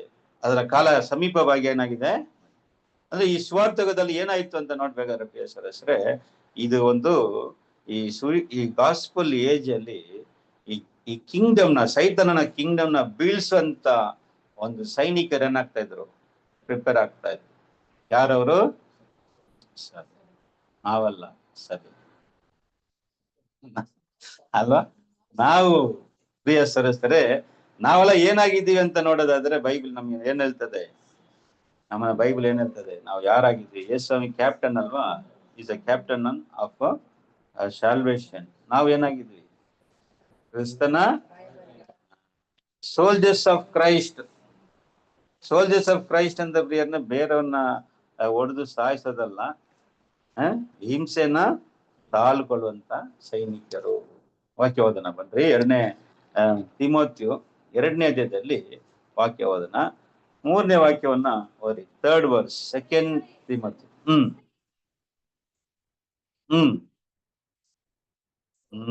ಪ್ರಿಯ ಸಹೋದರರೇ, ನಾವು ಒಳ್ಳೆ ಸೈನಿಕರ, ಕ್ರಿಸ್ತನ ಸೈನಿಕರಂತೆ ಏನ್ ಮಾಡ್ಬೇಕಂತೆ? ಶ್ರಮೆನ ಅನುಭವಿಸಿ. ಬೇರೆಯವ್ರಿಗೆ ಶ್ರಮೆ ಕೊಡೋರಲ್ಲ ನಾವು, ಬೇರೆಯವ್ರಿಗೆ ಶ್ರಮೆ ಕೊಡುವ ಸೇವಕರಾಗಿರ್ಬಾರ್ದು. ನಾವು ಎಂತರ ಇರ್ಬೇಕು? ಶ್ರಮೆನ ಅನುಭವಿಸ್ಬೇಕು. ಪ್ರೀತಿಯ ಸಹೋದರರೇ, ಕ್ರಿಸ್ತನ ನಿಮಿತ್ತವಾಗಿ ಬರುವಂತ ಶ್ರಮೆಗಳು, ನೀತಿಯ ನಿಮಿತ್ತವಾಗಿ ಬರುವಂತ ಶ್ರಮೆಗಳನ್ನ ನಾವ್ ಏನ್ ಮಾಡ್ಬೇಕು? ಅನುಭವಿಸುವಂತ ಕ್ರಿಸ್ತನ ಒಳ್ಳೆ ಸೇವಕರು. ಈ ಸೋಲ್ಜರ್ಸ್ ಗಳು ಬಂದು ಬೇರೆಯವರಿಗೆ ಹಾನಿ ಮಾಡೋರಲ್ಲ, ಬೇರೆಯವ್ರು ಮಾಡುವ ಹಾನಿಗಳನ್ನ ಸಹಿಸ್ಕೊಳ್ಳೋದು, ತಾಳ್ಕೊಳ್ಳೋದು. ಅದು ಎಷ್ಟು ಪವರ್ ಅಲ್ವಾ? ಒಡೆಯೋರು ಬಲವಂತರ, ಓಡಿಸ್ಕೊಳ್ಳೋರು ಬಲವಂತರ. ಹೆಂಗ್ ಹೇಳ್ತೀರಾ? ಸರಸರೇ, ಯಾರ ನಮ್ನ ಓಡಿದ್ರೆ ತಿರ್ಗಾ ಓಡ್ ಬಿಡ್ಬೋದು. ಅಂದ್ರೆ ಯಾರ ನಮ್ಮನ್ನ ಹೊಡಿಬೇಕಾದ್ರೆ ಅದನ್ನ ನಾವು ಸಹಿಸ್ಕೊಳ್ತೀವಲ್ಲ ನೋಡಿ. ಅದು ಎಷ್ಟು ಅಂದ್ರೆ ಪ್ರಿಯ ಸರ್, ನಿಮ್ಮ ಒಂದು ಫೀಲಿಂಗ್ಸ್ ಇದೆಲ್ಲ ನಮ್ಮಲ್ಲಿ ಬರುತ್ತದಲ್ಲ, ಅದನ್ನ ಏನ್ ಮಾಡ್ತೀವಿ? ಕಂಟ್ರೋಲ್ ಮಾಡ್ಕೊಳ್ತೀವಿ. ಸಡನ್ ಯಾರ ಕಣ್ಣಾಗ ಹೊಡ್ಬಿಟ್ಟು ಏನ್ ಮಾಡ್ತೀವಿ ನಾವು? ತಕ್ಷಣ ಅವ್ರ ಮೇಲೆ ರಿವೋಲ್ಟ್ ಆಗ್ತೀವಿ. ಅದನ್ನೇ ಸ್ವಾಮಿ ನಮ್ಗೆ ಹೇಳ್ಕೊಟ್ಟಿದ್ವಿ. ಯಾರಾದ್ರೂ ನಿಮ್ಗೆ ಒಂದ್ ಕಣ್ಣಿಗೆ ಹೊಡೆದ್ರೆ ಇನ್ನೊಂದ್ ಕಣ್ಣಿನ ಏನ್ ಮಾಡಿ ತೋರ್ಸಿ ಅಂದ್ರೆ, ನೀವು ಸಹಿಸ್ಕೋಬೇಕು. ಅನ್ಯಾಯವನ್ನ ಏನ್ ಮಾಡ್ಬೇಕು? ಸಹಿಸ್ಕೊಳ್ಳೋ. ಅವರೇ ಪ್ರಿಯಸರ ದೇವರ ದೃಷ್ಟಿಯಲ್ಲಿ ಏನಾಗಿದ್ದಾರೆ? ಬಲಿಷ್ಠರಾಗಿದ್ದಾರೆ ಅಲ್ವಾ? ಬೇರೆ ಹಾನಿ ಮಾಡೋರಲ್ಲ, ಕೆಟ್ಟದ್ದು ಮಾಡೋರಿಗೆ ಒಳ್ಳೇದು ಮಾಡ್ತೀವಲ್ಲ, ಅಂತವರೇ ಕ್ರಿಸ್ತನ ಸೇವಕರು. ಸರಿ, ನಾವೆಲ್ಲ ಏನಾಗಿದ್ದೀವಿ ಅಂದ್ರೆ ಈ ಒಂದು ಎರಿಗೋ ಎಂಬ ಸೈತನ ರಾಜ್ಯವನ್ನ, ಅವನ ಕೋಟೆಯನ್ನ ಬೀಳಿಸುವಂತ ಸೈನಿಕರಾಗಿದ್ದೀವಿ. ಅದನ್ನ ನಾವ್ ಏನ್ ಮಾಡ್ಬೇಕು? ದಿನ ಕೋಟೆನ ಏನ್ ಮಾಡ್ಬೇಕು? ಸುತ್ತಾ ಇರ್ಬೇಕು. ಅಂದ್ರೆ ಬರೀ ನಾವು ಕ್ರಿಸ್ತನ ಏನ್ ಮಾಡ್ಬೇಕು? ನಾವು ಹಿಂಬಾಲಿಸ್ಬೇಕು. ಕ್ರಿಸ್ತನ ಹೆಜ್ಜಾಡನ್ನ ಕ್ಯಾಪ್ಟನ್ ಮುಂದೆ ಹೋಗ್ತಾ ಇದ್ದಾರೆ, ಅವರ ಹೆಜ್ಜಾಡುಗಳನ್ನ ನಾವ್ ಏನ್ ಮಾಡ್ಬೇಕು? ಹಿಂಬಾಲಿಸ್ತಾ ಹೋಗ್ಬೇಕು. ಕ್ಯಾಪ್ಟನ್ ಒಂದ್ ಕಡೆ ಅಂದ್ರೆ ನಾವು ಇನ್ನೊಂದ್ ಕಡೆ ಹೋಗೋರಾಗಿ ಇರುವ ಫಾಲೋವರ್ ಆಫ್ ಕ್ರೈಸ್ಟ್, ಕ್ರಿಸ್ತನ ಹೆಜ್ಜಾಡನ್ನ ಹಿಂಬಾಲಿಸುವಂತ ಕ್ರಿಸ್ತನ ಸೇವಕರಾಗಿರ್ಬೇಕಂತ ನಾವು ನೋಡ್ತೀವಿ. ಅಂತವರಿಂದಾನೇ ಈ ಸೈತನ ರಾಜ್ಯವು ಬೇಗ ಏನಾಗುತ್ತೆ? ಬೀಳುತ್ತೆ. ಅದು ತುಂಬಾ ಹತ್ರ ಆಯ್ತು ಅಂತ ನಾವು ನೋಡ್ತೀವಿ. ಸರಿ, ಅಲ್ಲಿ ಏನಂದ್ರೆ 3 ವಿಷಯಗಳು. ಒಂದು, ಯಾಜಕರು, ತುತ್ತಿರಿಕೊಂಡ ಯಾಜಕರು, ಸೈನಿಕರು ಮತ್ತು ಮಂಜೂಷವನ್ನ ಹೊತ್ಕೊಂಡಿದ್ದಂತ ಯಾಜಕರು. ಮಂಜೂಷ ಹೊತ್ಕೊಂಡಿದ್ದಾರೆ ನೋಡಿ, ಮಂಜೂಷನ ಹೊತ್ಕೊಂಡು ಸುತ್ತಾ ಇದ್ದಾರೆ. ಇದಕ್ಕೆ ನಾವು ಏನ್ ಅರ್ಥ ಹೇಳ್ಬೋದು? ಮಂಜೂಷನ ಹೊತ್ಕೊಂಡಿರ್ಬೇಕು. ನಾವು ಯಾವಾಗ್ಲೂ ಮಂಜೂಷನ ಹೊತ್ಕೊಂಡು ಹೋಗ್ಬೇಕು. ಹೊತ್ಕೊಂಡಿದ್ದೀರಾ? ಮಂಜೂಷದ ಒಳಗೆ ಏನಿದೆ? ಮಂಜೂಷದ ಒಳಗೆ ಏನಿತ್ತು?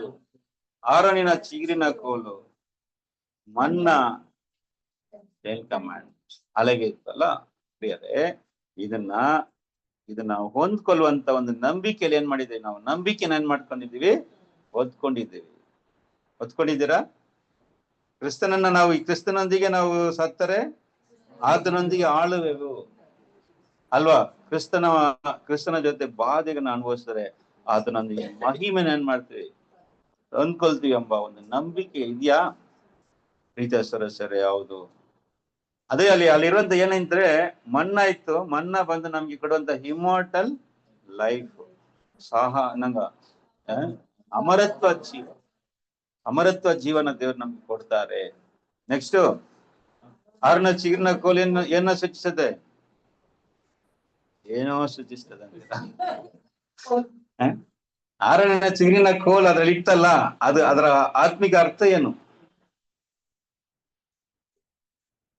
ಆತ್ಮಿಕ ಅರ್ಥ ಏನು? ನಾವು ಕ್ರಿಸ್ತನ ರಾಜವಂಶದಾದರಂತ ಯಾಜಕರು, ಕಿಂಗ್ ಕಮ್ ಪ್ರೀಸ್ಟ್, ರಾಯಲ್ ಪ್ರೀಸ್ಟ್ಹುಡ್.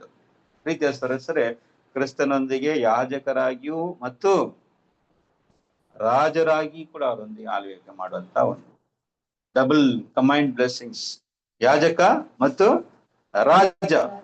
ಆ ರೀತಿಯಾಗಿ ಯಾರ ಇದ್ರ ಬೈಬಲ್ ಅಲ್ಲಿ?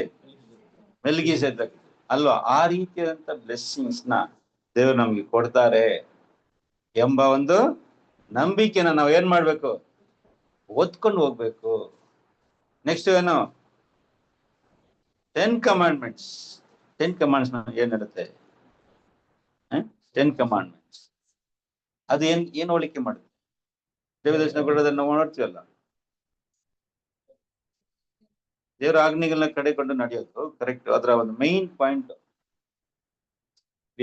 ಸರಿ, ಅದು ಬಂದು ದೇವ್ರು ನಮ್ಗೆ ಕೊಡುವಂತ ಒಂದು ಆಶೀರ್ವಾದ ಏನಪ್ಪಾ ಅಂದ್ರೆ, ನಾವು ಒಂದು ಜಡ್ಜ್ ಆಗಿರ್ತೀವಿ, ನ್ಯಾಯಾಧಿಪತಿಯಾಗಿ ಇದ್ಕೊಂಡು ಲೋಕವನ್ನ ಮಾತ್ರ ಅಲ್ಲ, ದೇವದೂತರನ್ನ ಕೂಡ ಏನ್ ಮಾಡ್ತೀವಿ?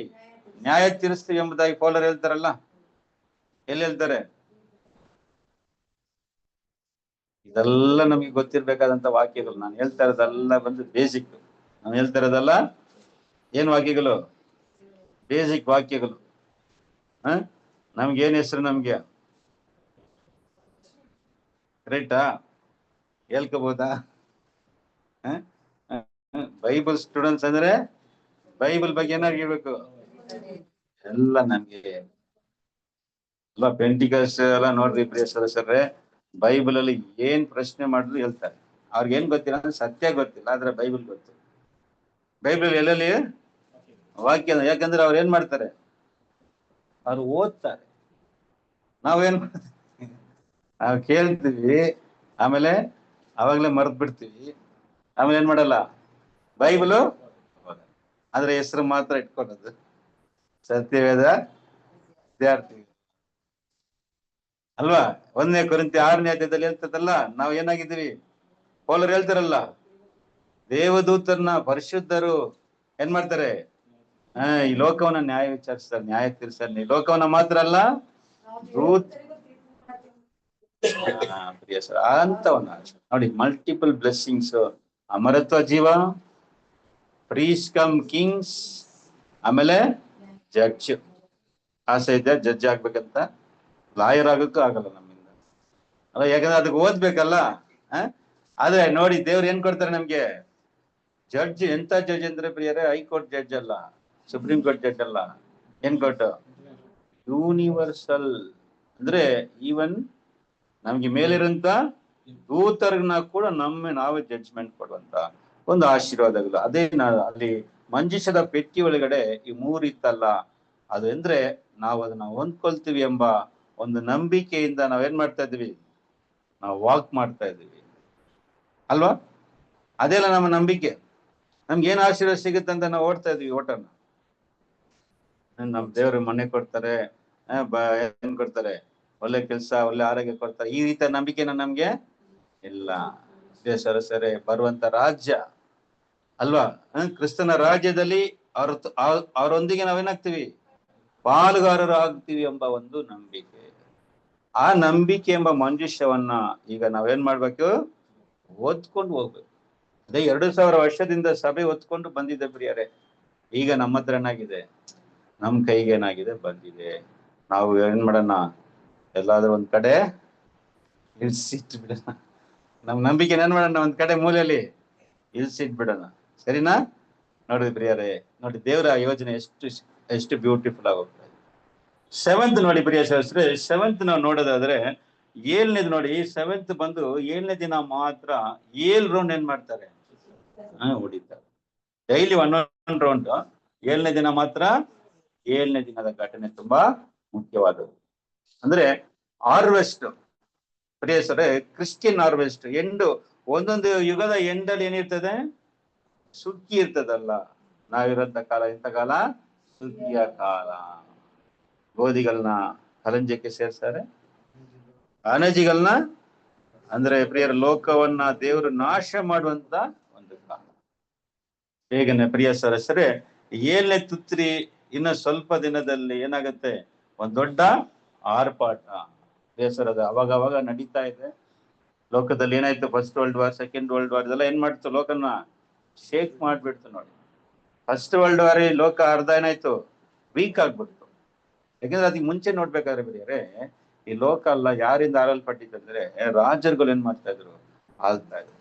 ಅವರೇ ಅರಸರುಗಳು, ಅವರ ಮಕ್ಕಳು, ಅವ್ರು ಹೇಳೋದೇ ಏನು ಅಲ್ಲಿ ಲಾ ಅಲ್ವಾ, ಯಾರು ಏನ್ ಮಾಡಂಗಿಲ್ಲ, ಚೇಂಜ್ ಮಾಡಂಗಿಲ್ಲ. ನೋಡಿ ಅರಸರ ಕಾಲ ಏನಾಯ್ತು, ಎಲ್ಲ ತೆಗ್ದಾಕ್ಬಿಟ್ರು. ಎಲ್ಲಾ ಕಡೆ ಏನಾಯ್ತು ಅಂದ್ರೆ revolutions, French revolution, China, Russia, ಎಲ್ಲಾ ಕಡೆ ಏನಾಯ್ತು, ಜನರು ರಿವೋಲ್ಟ್ ಮಾಡಿದ್ರು. ಅರಸರಿಗೆ ಎದುರಾಗಿ ರಿವೋಲ್ಟ್ ಮಾಡಿ ಏನಾಯ್ತು, ಡೆಮೋಕ್ರಸಿ, ಕಮ್ಯುನಿಸಂ ಎಂಬ ಒಂದು ಆಳ್ವಿಕೆ ಏನಾಯ್ತು, ಚೇಂಜ್ ಆಯ್ತು, ಗೌರ್ಮೆಂಟ್ ಚೇಂಜ್ ಆಯ್ತು ನೋಡಿ. ಅದುವರೆಗೆ ಅದು ಮುಂಚಿತ ಏನಾಯ್ತು, ಕಿಂಗ್ಸ್ ರೂಲ್ ಇತ್ತು. ಆಮೇಲೆ ಏನಾಯ್ತು, ಡೆಮೋಕ್ರಸಿ ಮತ್ತು ಕಮ್ಯುನಿಸ್ಟ್. ಇದು ಇವಾಗ ನಡೀತಾ ಇರೋದು. ಈಗ ನಡೀತಾ ಇರೋದು ಕೆಲವು ಕಡೆ ಡೆಮೋಕ್ರಸಿನ ಫಾಲೋ ಮಾಡ್ತಾ ಇದ್ದಾರೆ. ಕೆಲವು ದೇಶಗಳು ನೋಡಿ, ರಷ್ಯಾ, ಚೈನಾ, ನಾರ್ತ್ ಕೊರಿಯಾ, ಈ ಹಲವಾರು ದೇಶಗಳು ಕಮ್ಯುನಿಸ್ಟ್ ರೂಲ್ ನ ಫಾಲೋ ಮಾಡೋದು. ಇದು ಇವರಿಬ್ಬರಿಗೆ ಏನಾಗ್ತದೆ, ಇವಾಗ ಹೋರಾಟಗಳು ಆಗ್ತಾ ಇದೆ ಅಲ್ವಾ. ಆದ್ರೆ ಪ್ರಿಯ ಸದಸ್ಯರೇ, ಆದ್ರೆ ಇನ್ನು ಸ್ವಲ್ಪ ಕಾಲದಲ್ಲಿ ಏನಾಗುತ್ತೆ, ಈ ಕೋಟೆ ಏನಾಗುತ್ತೆ, ಹಿಡಿದು ಎಲ್ಲ ಬೀಳುತ್ತೆ. ಅದ್ರ ತುಂಬಾನೇ ಏನಾಗಿದೆ, ಹತ್ರದಲ್ಲಿದೆ. ಅದೇನಪ್ಪಾ ಅಂದ್ರೆ ಅದೇ nuclear war, third world war. ಎಲ್ಲ ಲೋಕ ಏನಾಗ್ತಾ ಇದೆ, ತುಂಬಾ ಪ್ರಿಪೇರ್ ಆಗ್ತಾ ಇದೆ ನೋಡಿ ಅಲ್ವಾ ಪ್ರಿಯ ಸದಸ್ಯರೇ. ಎಲ್ಲ ದೇಶದ ಒಂದು ಲೀಡರ್ಸ್ಗಳು ಹೆಂಗಿದ್ದಾರೆ, ಎಲ್ಲ ತುಂಬಾ ಸಾಫ್ಟ್ ಆಗಿದಾರ? ಇಲ್ಲ. ಎಲ್ಲ ನೋಡಿ ಹೆಂಗಿದ್ದಾರೆ, ಪುತಿನ್, ನಮ್ಮ ಮೋದಿಜಿ, ಆಮೇಲೆ ಅಮೆರಿಕದ ಟ್ರಂಪ್, ಆಮೇಲೆ ನಾರ್ತ್ ಕೊರಿಯಾದ ಯಾರು ಚಿಂಗ್ಜಾಮ್ ಇವನ್, ಆಮೇಲೆ ಇರಾನ್ ಖಾಮಿನಿ. ಅಷ್ಟು ವಯಸ್ಸಾದ್ರೂ ಕೂಡ ಏನ್ ಮಾಡ್ತಾ ಇದ್ದಾನೆ, ಎಷ್ಟು ಹಿಂಸೆ ಕೊಡ್ತದೆ ನೋಡಿ ಇಸ್ರೇಲ್ಗೆ. 80 ವಯಸ್ಸು ಮೇಲೆ ಆಗಿದೆ ಅಲ್ವಾ ಪ್ರಿಯ. ಲೈಫ್ ನ ಎಂಜಾಯ್ ಮಾಡೋದನ್ನ ಬಿಟ್ಬಿಟ್ಟು ಸಾಯುವ ವಯಸ್ಸಲ್ಲಿ ಇಸ್ರೇಲ್ಗೆ ಎಷ್ಟು ಹಿಂಸೆಗಳನ್ನ ಕೊಡ್ತಾ ಇದ್ದಾನೆ. ಹಮಾಸ್, ಹಿಜ್ಬುಲ್ಲಾ, ಆಮೇಲೆ ಹೌದಿ ಅಂತ ಇಟ್ಕೊಂಡು ಇಸ್ರೇಲ್ಗೆ ಅಷ್ಟು ತೊಂದರೆ ಮಾಡ್ತಾ ಇದ್ದಾನೆ. ಒಂದು ಮನುಷ್ಯನಿಂದನೇ ಆಗ್ತಾ ಇರೋದು ಇದು. ಯಾರು? ಅವನೇ ನೋಡಿ ಪ್ರಿಯ ಸರಸರೇ. ಈ ರೀತಿಯ ಲೀಡರ್ಸ್ ಗಳನ್ನ ನೋಡ್ತಾ ಇರಿ ನೋಡಿ. ಇವರೆಲ್ಲ ಏನ್ ಅನ್ಕೊಂಡಿದ್ದಾರೆ ಅಂದ್ರೆ, ಈ ಲೋಕ, ಈ ದೇಶ ನಮ್ಮದೇ, ನಂದೇ ನೋಡಿ. ಈಗ ಸಮೀಪದಲ್ಲಿ ಆಗ್ತಾ ಇರೋಂತ ಒಂದು ಘಟನೆ ನಾನು ನೋಡೋದಾದ್ರೆ ಪ್ರಿಯ ಸರಸರೇ, ಈ ಲೀಡರ್ಸ್ ಗಳು ನೋಡಿ ಕಂಟಿನ್ಯೂಸ್ ಆಗಿ ಬರ್ತಾ ಇದ್ದಾರೆ ಅಲ್ಲ. ಈಗ ಮೋದಿ ನೋಡಿ, ಅವ್ರನ್ನ ಈಗ ರೂಲಿಂದ ತೆಗೆದಾಕಕ್ಕಾಗತ್ತಾ? ಬೇರೆ ಯಾರಾದ್ರೂ ಬರಂಗಿದ್ಯಾ ಅಲ್ಲಿ?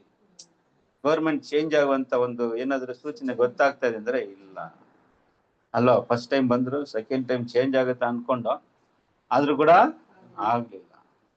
ರಷ್ಯಾದಲ್ಲಿ ಕೂಡ ಹಂಗೇನೆ ನೋಡಿ. ಅಲ್ಲಿ ನೋಡಿ, ನಾರ್ತ್ ಕೊರಿಯಾದಲ್ಲಿ ಅಪ್ಪ ಮಗ ಅಂತ ಇಡೀ ದೇಶನ ತಮ್ಮ ಕಡೆ ಇಟ್ಕೊಂಡಿದ್ದಾರೆ. ಪ್ರಿಯರೇ, ಈಗ ಏನಾಗುತ್ತೆ, ದೇಶ ಯಾರಿಗೆ ಸೇರುತ್ತಂತೆ? 7ನೇ ದೂತ ಆ ತುತ್ತಿರಿ ಊದಿದಾಗ ಏನಾಯ್ತಂತೆ, ಅದು ಟ್ರಾನ್ಸ್ಫರ್ ಆಗುತ್ತೆ, ಕ್ರಿಸ್ತನಿಗೂ ದೇವರ ಒಂದು ರಾಜ್ಯವಾಗಿ ಆಗುತ್ತೆ ಅಂತ ನಾವು ನೋಡ್ತೀವಿ. ಸದೇ ನಾವು ಇದಕ್ಕೆ ಈಕ್ವಲ್ ಆಗಿ ನೋಡೋದಾದ್ರೆ 1ನೇ ಥೆಸಲೋನಿಕ 4ನೇ ಅಧ್ಯಾಯದಲ್ಲಿ 16ನೇ ವಾಕ್ಯ ಇದಕ್ಕೆ ಏನಾಗಿದೆ, ಕರೆಕ್ಟ್ ಆಗಿದೆ. ಸರಿ, 7ನೇ ದಿನದಲ್ಲಿ ಇಸ್ರೇಲ್ ಎಲ್ಲರೂ ಏನಾದ್ರಂತೆ, ಬೆಳಗ್ಗೆನೆ ಎದ್ರು ಅಂತ ನೋಡಿ. ಒಂದು ಫಸ್ಟ್ ನೋಡಿದ್ರೆ ಯೇಸು ಕ್ರಿಸ್ತನ ರಿಸರೆಕ್ಷನ್.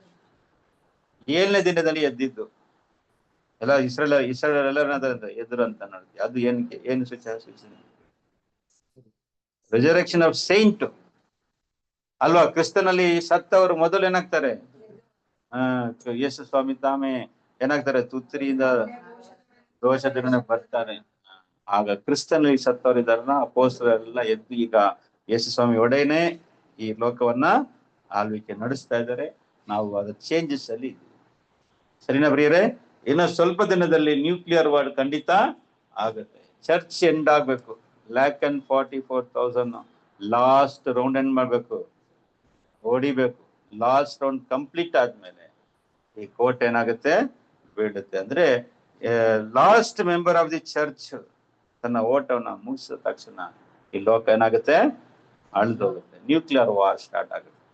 ನ್ಯೂಕ್ಲಿಯರ್ ವಾರ್ ಸ್ಟಾರ್ಟ್ ಆದ್ರೆ ಸಾಕು ದಿನ ಪ್ರಿಯರೇ, 1-2 ದಿನದಲ್ಲಿ ಇಡೀ ಲೋಕ ಏನಾಗುತ್ತೆ, ನಾಶನ ಆಗ್ಬಿಡುತ್ತೆ. ಅಲ್ವಾ? ನ್ಯೂಕ್ಲಿಯರ್ ಪವರ್ ಅಷ್ಟೇ ಅಲ್ಲ, ನ್ಯೂಕ್ಲಿಯರ್ ನೋಡಿ, ನ್ಯೂಕ್ಲಿಯರ್ ಎಷ್ಟು ಪವರ್ ಅಂದ್ರೆ ಆಟಮ್ ಬಾಂಬ್ ಹಾಕಿದ್ರಲ್ಲ ನಾಗಸಾಕಿ ಹಿರೋಶಿಮಾ ಮೇಲೆ, ಇನ್ನು ನ್ಯೂಕ್ಲಿಯರ್ನ ಯಾವ ದೇಶದ ಮೇಲೆ ಯಾರು ಕೂಡ ಹಾಕ್ಲಿಲ್ಲ. ಆದ್ರೆ ಆಟಮ್ ಬಾಂಬ್ ಹಾಕಿ ನೋಡಿದ್ರು ಪ್ರಿಯಸರೇ, ಅದರ ಒಂದು ಶಕ್ತಿ ಎಷ್ಟಿತ್ತಂತ ನೋಡ್ತೀವಿ. ಜಪಾನ್ ಒಂದು ಸಿಟಿನೇ ಏನಾಯ್ತು, ಒಂದೇ ಬಾಂಬ್ ಅಲ್ಲಿ ಒಂದು ಕಂಪ್ಲೀಟ್ ಸಿಟಿನೇ ನಾಶ ಆಯ್ತು ಪ್ರಿಯರೇ. ಆದ್ರೆ ಈಗ ಇಟ್ಕೊಂಡಿರೋದು ಎಂತದ್ದು? Nuclear bombs. ಅಂದ್ರೆ ಅದಕ್ಕಿಂತ 100ರಷ್ಟು ಶಕ್ತಿಯುಳ್ಳ ಈ ಭೂಮಿನ ಪ್ರಿಯರೇ, 100ರಷ್ಟು ಏನ್ ಮಾಡ್ಬೋದು, ಈ ಭೂಮಿ ಪ್ಲಾನೆಟ್ ನ ನಾಶ ಮಾಡುವಂತ ಅಷ್ಟು ಎಲ್ಲರ ಕೈಲಿ ಏನಿದೆ.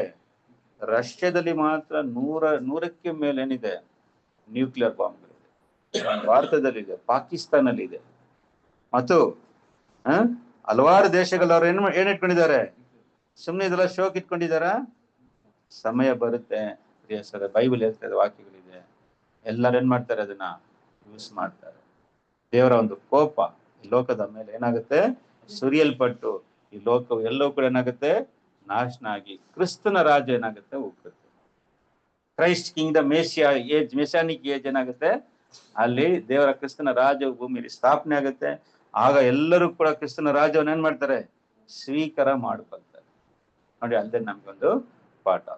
ನೆಕ್ಸ್ಟ್ ನೋಡಿ, ನಮ್ಗೆ ಒಂದು ಎಚ್ಚರಿಕೆ ಏನಪ್ಪಾ ಅಂತ ನೋಡೋದಾದ್ರೆ ಪ್ರಿಯ ಸದಸ್ಯರೇ, ನಮ್ಗೆ ಒಂದು ವಾರ್ನಿಂಗ್ ಏನಪ್ಪಾ ಅಂದ್ರೆ, ಅಲ್ಲಿ ಜೆರಿಕೋಲಿ ಇರುವಂತ ಯಾವುದು ಕೂಡ ನಾವು ಏನ್ ಮಾಡಬಾರ್ದು? ತಗೋಬಾರದು, ಮುಟ್ಟಬಾರದು, ತಗೋಬಾರದು. ಅದು ಏನಪ್ಪಾ ಅಂದ್ರೆ, ಈ ಲೋಕದಲ್ಲಿ ನಾವು ಯಾವ ಒಂದು ಸಂಬಂಧವನ್ನ ಏನ್ ಮಾಡ್ಬಾರ್ದು?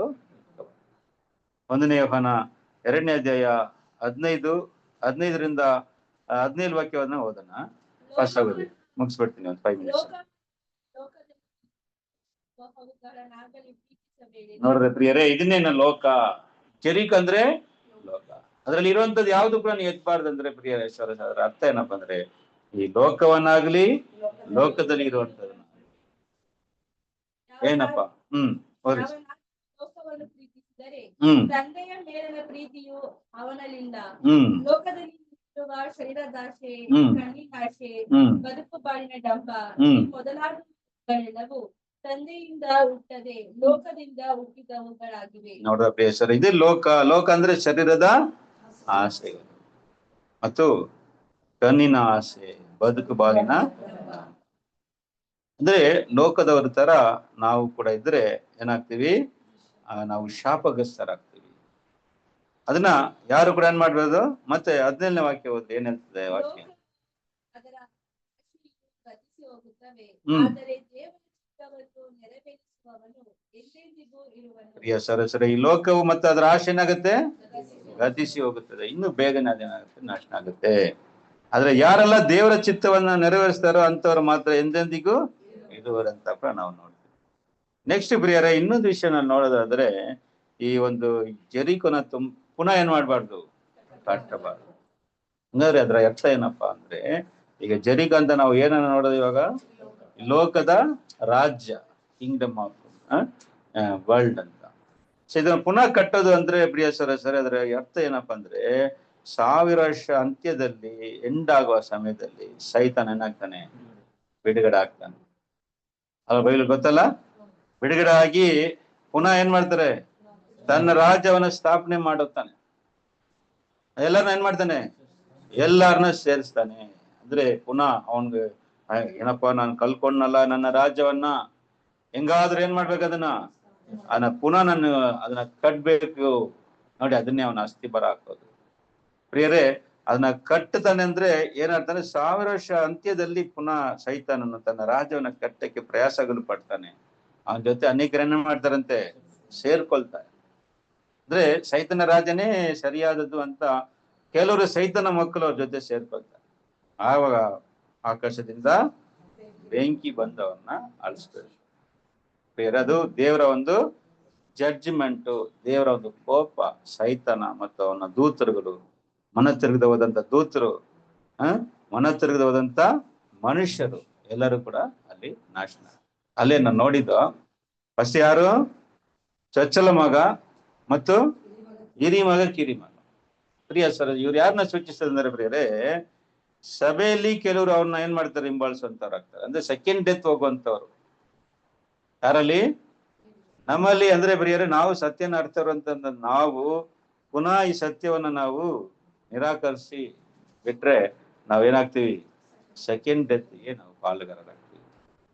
ನಾವು ಮಾತ್ರ ಅಲ್ಲ, ಈ ಲೋಕದ ಜನರು ಕೂಡ ಕೊನೆಯಲ್ಲಿ ಏನಾಗ್ತಾರೆ ಅಂದ್ರೆ ಕ್ರಿಸ್ತನ ರಾಜವನ್ನ ಅವರು ದ್ವೇಷಿಸ್ತಾರೆ. ಸೈತನ ಜೊತೆಗೆ ಸೇರುವಾಗ ಅವರೆಲ್ಲರೂ ಕೂಡ ಏನಾಗ್ತಾರೆ ಅಂದ್ರೆ ಅಲ್ಲಿ ನಾಶ.